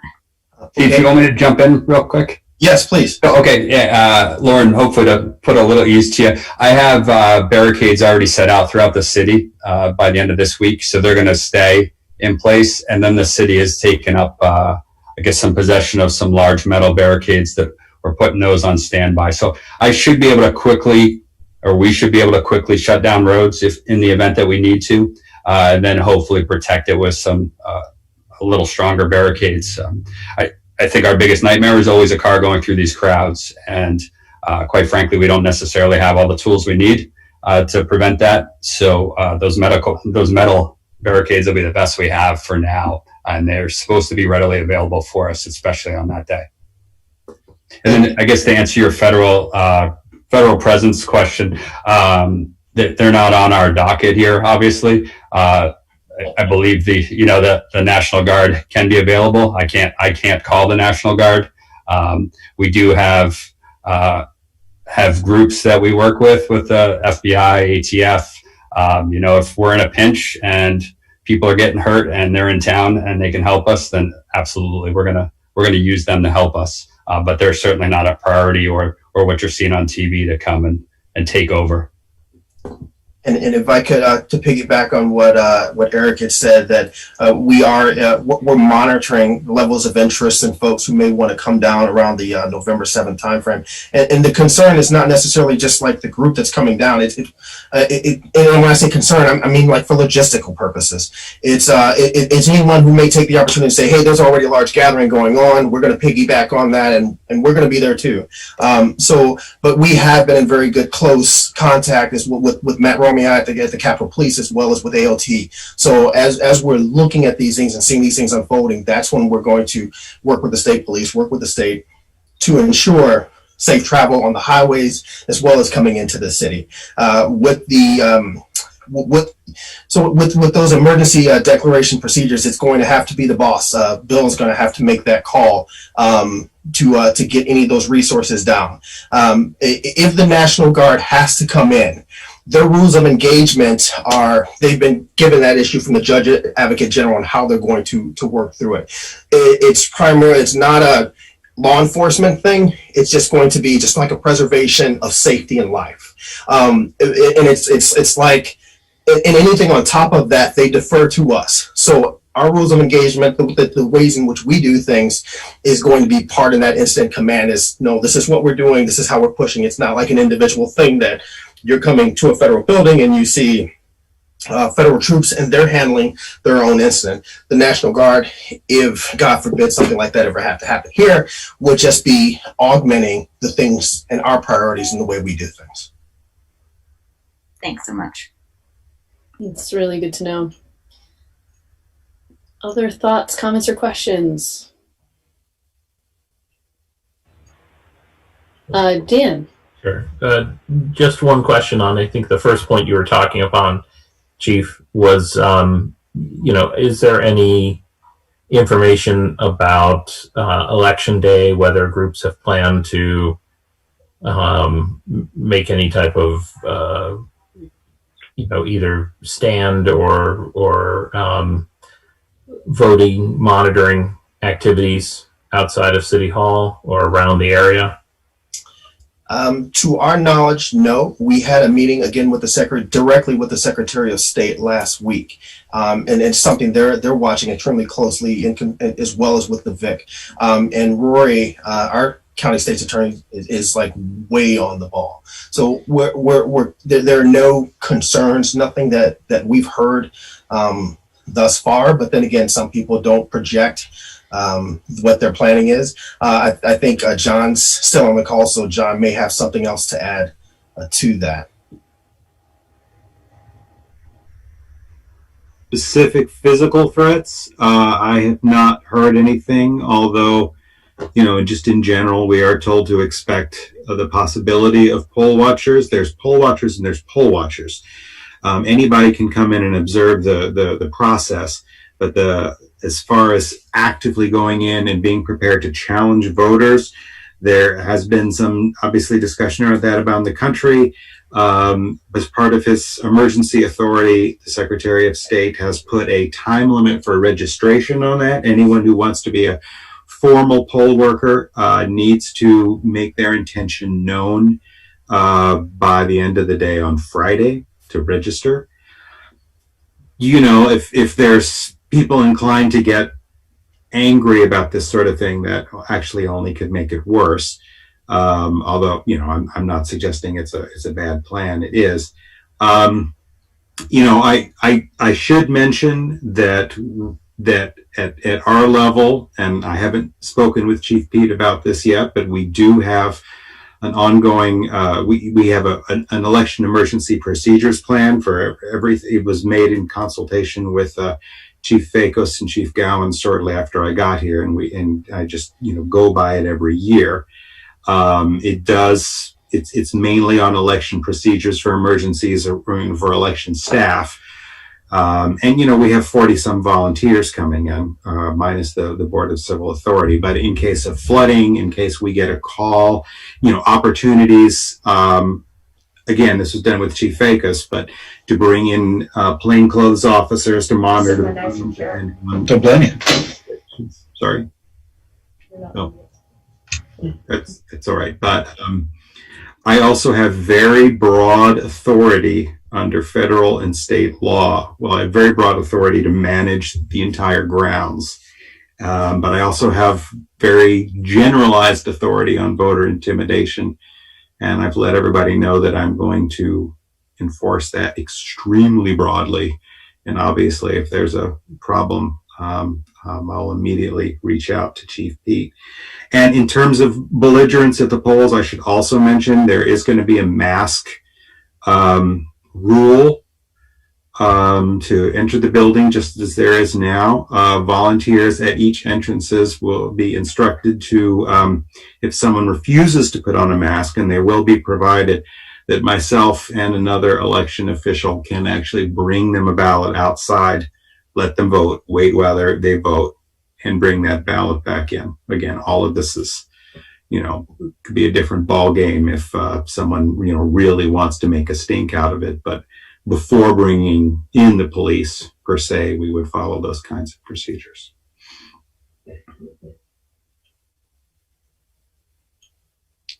Thank you. Mayor, can I ask you a question? Yeah, sure. Go ahead, Stephen. Yeah, what should the public be aware? I know that we have a no long guns, no discharge of long guns policy, but I also know folks have, had concealed weapons, and I expect that some of the population is going to want to carry long guns around. And should the public be aware? Are those allowed to be loaded, etc.? What's reportable? What needs to be reportable and what doesn't? It's a good question. Okay, I can start that one off, and then I'll definitely defer to Eric to help finish that one off. But I think that first and primarily, I think that if anyone from the public sees anything that they consider threatening or intimidating or just uncomfortable, is to contact us. That way, we can kind of take as much of the situation as best as we can, see the fluidity of the situation, and then apply our policies and as well as the state law in addressing that. So my thing is that anytime anyone sees something that they consider threatening or anything else, is just to err on that side of caution, to give us a call to let us know and give us that heads up. And Eric will probably can talk about the specifics of that question. I can go kind of. I'm just trying to clarify what we had that scare, the whole lockdown of the Capitol complex over a snow shovel or something. So what I don't want is people calling because if guns are allowed, just say so. But if somebody starts aiming them, that's another story. Under statute, as I am choosing to interpret it, I will consider, and I've let folks know this, any showing of a weapon on City Hall grounds, I will consider it voter intimidation, and I will ask them to leave and contact the police immediately. And if somebody wants to go get a judge to tell me I can't do that, they're welcome to. But as far as I'm concerned, that's voter intimidation, so I will act under my authority to say you can't do it, period. That's really helpful clarification. Thank you. And then clarify if the captain or chief could clarify any demonstrations following the election, are people allowed to wander around Capitol complex and around the city with long guns strapped over their shoulder? Eric? Yeah, thanks, Stephen, for the question. We are an open carry state. I like to encourage people to open carry with some common sense. As we know, common sense isn't always there with a lot of people. So, yes, it's allowed. If anybody is threatened or has intimidation or gets pointed at somebody, that changes the ballgame. And that involves some people's different perceptions. So it becomes a tricky issue with the right to bear arms. So. Okay. Thank you. Morgan, I saw you've turned your video on here. Do you have something you want to add? Well, first I want to thank Chief Pete and the Sergeant for their report and the vigilance by the Montpelier Police Department on this and others involved. It's always important to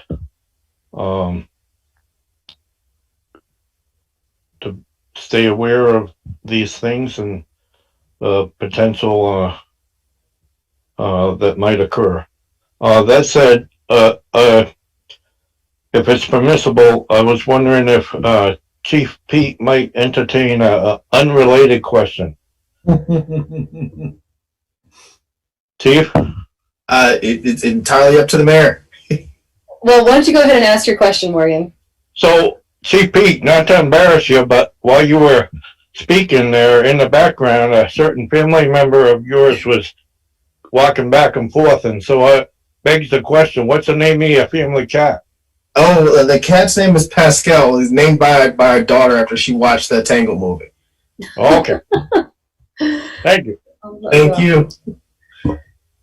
Okay. Any other questions? Jack, go ahead.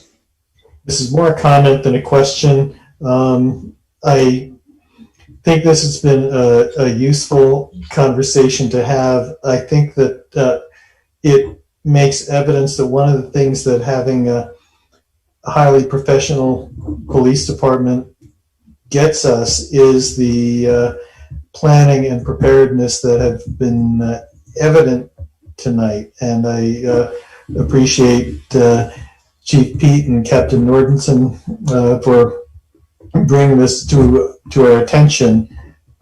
My hope and my expectation is that, as ugly as some things have been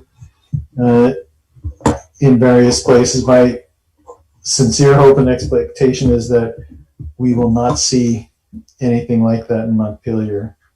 And I certainly hope I'm right.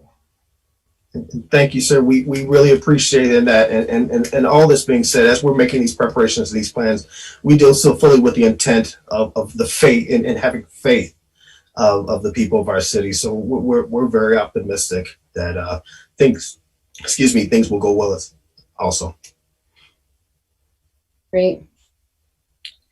Okay, well, thank you again. Thanks for that update. And we're going to hope that things go well on the 3rd and in the weeks after. We have another resident with their hand raised. Oh, okay. Thank you. Thank you for letting me know. Dane Abernathy. Oh, all right, Dane. I was just wondering if the current state of emergency would affect the open carry situation.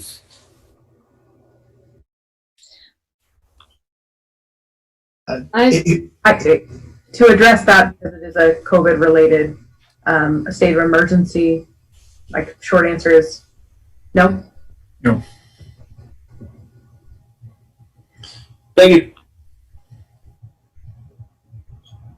Yeah, it's a good question, though. Okay. All right. Well, thank you again. And I think that is the end of our regular business. So now we are on to council reports. And I'm sorry it's so late, but at least it's not as late as last time. Okay. Well, all right. We're gonna go around our normal order. If you all get tired of that normal order, please let me know. Anyway, Donna, go ahead. I'll be brief. People vote and try to enjoy Halloween in the safest way possible, but do play with Halloween within your family. That's all. Great. Thank you, Connor. Ditto there. Sorry we canceled Halloween, everybody. We'll try not to cancel too many other holidays, but have fun. Couple things. I was wondering maybe if we should get marijuana dispensaries on the agenda soon. I've had a couple constituents reach out. Just curious of what the process was and if we needed like an actual ballot item to actually be eligible for a dispensary coming up there. And I just don't know. So it might be good for us to get a sense of that, because I do know we have folks in the community who would like to see it here.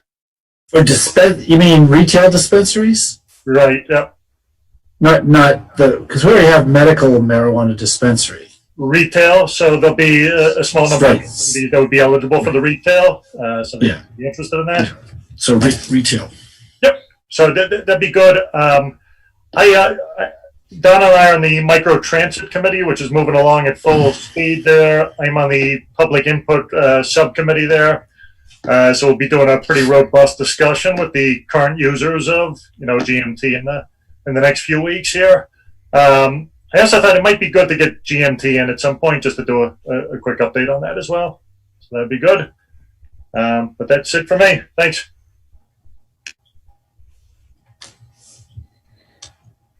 Great. Jay. I'll echo Donna quickly to be safe for Halloween this year, and I hope everybody gets out to vote. And just one other thing, so the council knows, the school board officially stood up the school resource officer committee at their meeting this last week, and a week ago from today, and so our first meeting is next Thursday. So I'll certainly, I know we have another meeting ahead of that, but as that committee work progresses, I'll be sure to make sure you all are updated with what's happening. So thanks. Great. Dan. Oh, Dan, you're muted.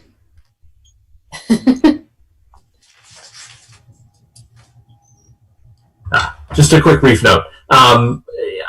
Jay and I have been working with some constituents who have been experiencing low frequency noise in their houses. And I guess I would put it out to anyone listening, if you are experiencing any type of low frequency hum, that's something that would be almost sort of bone shaking or irritating, certainly reach out to Jay and I and the city, because we're trying to figure out where the source of this is coming from. It only seems to be affecting a very few households, and it may or may not have anything to do with any city functions, may have everything to do with geography, but it's certainly, for those who are experiencing it, it seems to be a very serious problem. And so certainly if anybody out there is experiencing it, they should let us know. Yeah, thank you. Jack. Two things to mention. One is that the Washington County Superior Court, there is a vacancy for the office of Assistant Judge, and the Washington County Democratic Committee is going to be putting out another call for people who might be interested in having their names forwarded to the governor for appointment. And so, it's election season. It's not going to happen right away, but if anyone watching thinks they might be interested in having their name considered, they should feel free to contact me, and I can talk to them about what's involved. And the only other thing I want to mention is that we know that Union Elementary School is closed this week because of the coronavirus, and from what I've observed from watching my granddaughter participate in remote kindergarten at our house this week, I think the school has done a great job of getting people prepared and managing this. I hope it won't be too long, but praise to the school department for what they've done. Yeah. Awesome. Thank you. Lauren. Yeah, just quickly, I was also going to thank our teachers trying to manage school for 2 young children at home this week. Just makes me all the more appreciative of the wonderful work our teachers do.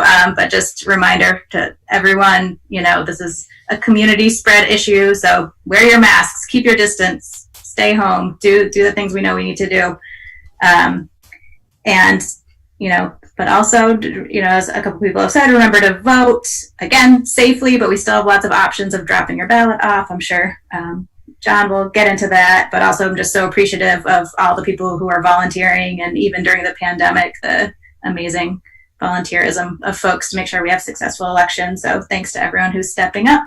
And the last thing I just wanted to mention for maybe a future agenda is an issue that I think I'd seen kind of come on and off the agenda, was looking at the PFAS issue. So this was something we'd looked at, in February, and then we went into lockdown and had a really interesting conversation. And it's a tricky issue, but I do want to bring that back up at some point and figure out, I think there are some next steps, or at least data we could be gathering to better understand the issue and what the city's options are.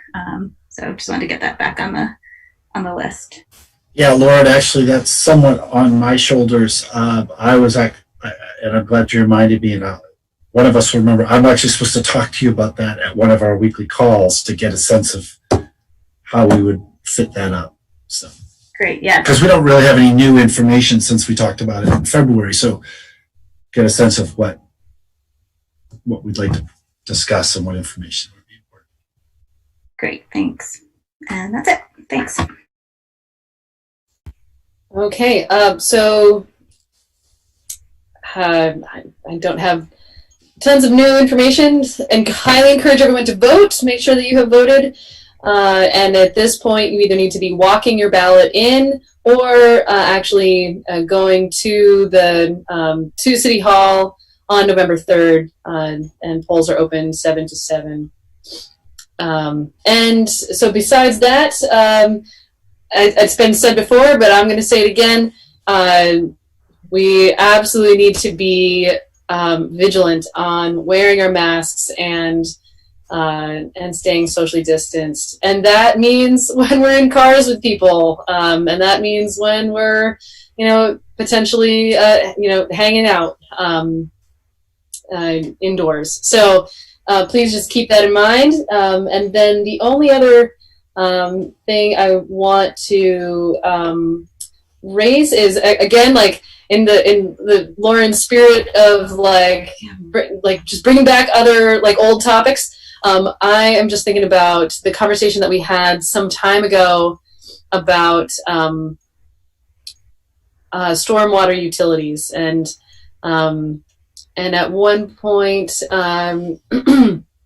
were gonna. There were a few folks that were interested in digging into that. Now, and of course, it may not be something that we implement this year, but nonetheless, having a discussion I think could be still good. So I think that is it for me. John. Hey, so I know these are always late and lately, and every time we get to me, I'm like, oh, I'll talk about the election. Another time it's late. I guess it's kind of now or never. So let me give you a rundown on, I think, some important stuff. God, the election, I don't even know where to start. There's so much going on. This is a unique and uniquely challenging election. Things are actually going very, very well, thanks to an outpouring of volunteer help. We are making full use of the Secretary of State's extra authority that they've given to us to, tally ballots early, such like that. It's going extremely well. I would say by the end of the weekend, we'll have about 4,000 votes already in. And this is of an election that, based on historical trends, I wouldn't expect to go more than about 4,600 or 4,700. So I'm anticipating fewer than 1,000 people on election day, which is not many at all. Of course, it's a lot if they all show up at once. That's always a lot, but we're not anticipating a lot. I'm going to have about 40 volunteers working on election day. It's an unusual setup. It's going to be a lot of plexiglass, a lot of, directions in, directions out, nobody getting lots of, dividers and signs, enter, exit, volunteers at both doors directing people. City Hall will largely be cordoned off except for that entrance where you come in and go out, and that includes the restrooms in the front. So if folks need to use the restrooms, they'll need to go around back.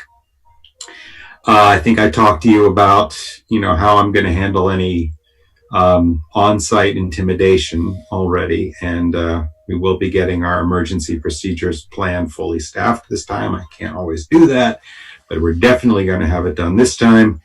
The drop box will continue to be available. Tomorrow is the last day, given how the closing of the building on Mondays, Wednesdays, and Fridays. Tomorrow is actually the last day the clerk's office will be open to the public before election day. So something to be aware of, but the drop box is always there. We are again foregoing Saturday early voting hours because of all this. As far as you all probably read some of the extra, as far as cyber stuff goes, some of the extra measures that I'm taking as part of a couple pilot projects we're involved in, including storing our own data in a discrete off-site location in case for some reason the Secretary of State's data is compromised. We will have ours separate. We will work into it. That data is being fingerprinted and the fingerprint stored into an impenetrable virtually blockchain, so that if there's any tampering whatsoever with our separately kept and maintained data, I will know it and we can go to backups. There will be no slipping by that particular alarm system. I've also got a Microsoft Corporation cybersecurity professional specifically assigned to me through a University of Chicago pilot program. So if there is an immediate concern, I can go. I had that person right there before having to work through the Secretary of State's office, or if our on-site IT is not in a position to deal with it. So, I mean, those are really great things I'm really happy about. As far as are there threats, I haven't heard anything specifically. I have no reason to believe there's going to, a specific threat to Montpelier. Having said that, it is still a state capital, as small as it is, and always have to be vigilant of that. If someone wants to make a big splash, we may be a small target, but it'd be a way to make a real loud nationwide splash to upset things here. And, I look forward to working with everybody in the building. Working with people on that. I was actually recently took part in a cyber reason roundtable exercise that really involved and pushed the idea of all the elements of the election process, from the administrators to public safety, all basically working as a system. And it's an approach you're starting to see more and more around the country, and it's a terrific one, a holistic way to look at it. Now, a few weeks ago, and I'm almost done. As of several weeks ago, there was no specific noise. If anything, things were pretty quiet. But my information now coming from the election infrastructure support group, because it's public infrastructure now, just went off the charts. I got my first red report, which I'm not allowed to share, but let's just say there are a lot of targets around the country, including hitting Vermont. I've gotten several, and some of the other clerks have sort of not as crude as usual attempts to make inroads into election administration offices, sort of phishing or pre-phishing. And some of them are clever, and they are hitting this state. So we're being vigilant about that. I also understand very recently that there are reports, from NSA and such, that there is a significant infrastructure in place that could potentially, impact elections, that could be weaponized. So everyone is extremely vigilant. Like I say, I have no reason to believe that not just, Montpelier, but entire state of Vermont would, for any reason, be targeted, but you just don't want to take that for granted. So I think that gives you the sort of broad report going into next week. Thank you. There's a lot to chew on there.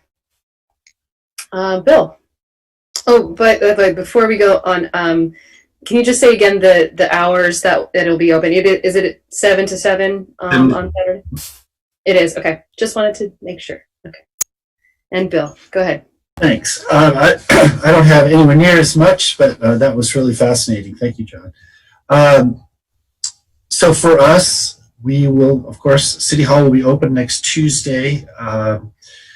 We may have, so I am giving, because there can be so many people in the building normally, we're giving all our City Hall folks the option of working remotely that day if they choose, if they feel uncomfortable with all the traffic here. So although City Hall will be open for voting, there may be not a lot of in-person access. So I know some people may want to come in and do double duty. Some of us will be here in person, but many people may, I don't know who's going to choose, but they haven't told us yet, but just so you know. And then similarly, I know Cameron mentioned this during the COVID update, but as we watch the cases locally, we're at least thinking about, should we go back to closing City Hall all the time, and even this experiment we've had here at the city council meetings. Now we've had one person in 2 meetings attend, but it is a nice feature. But should we think about closing that back down? So we haven't made any decisions yet, but just thought I'd let you know that those are the kinds of things that are on our minds, along with, of course, all the other work of the city government. So that's all I have this week. Great. Okay. All right. Well, thank you, everyone, and hope you have a good rest of your evening. And so I'm going to declare this meeting adjourned. 10:37. Have a good night, everyone. Night all. Night. Night. I Night.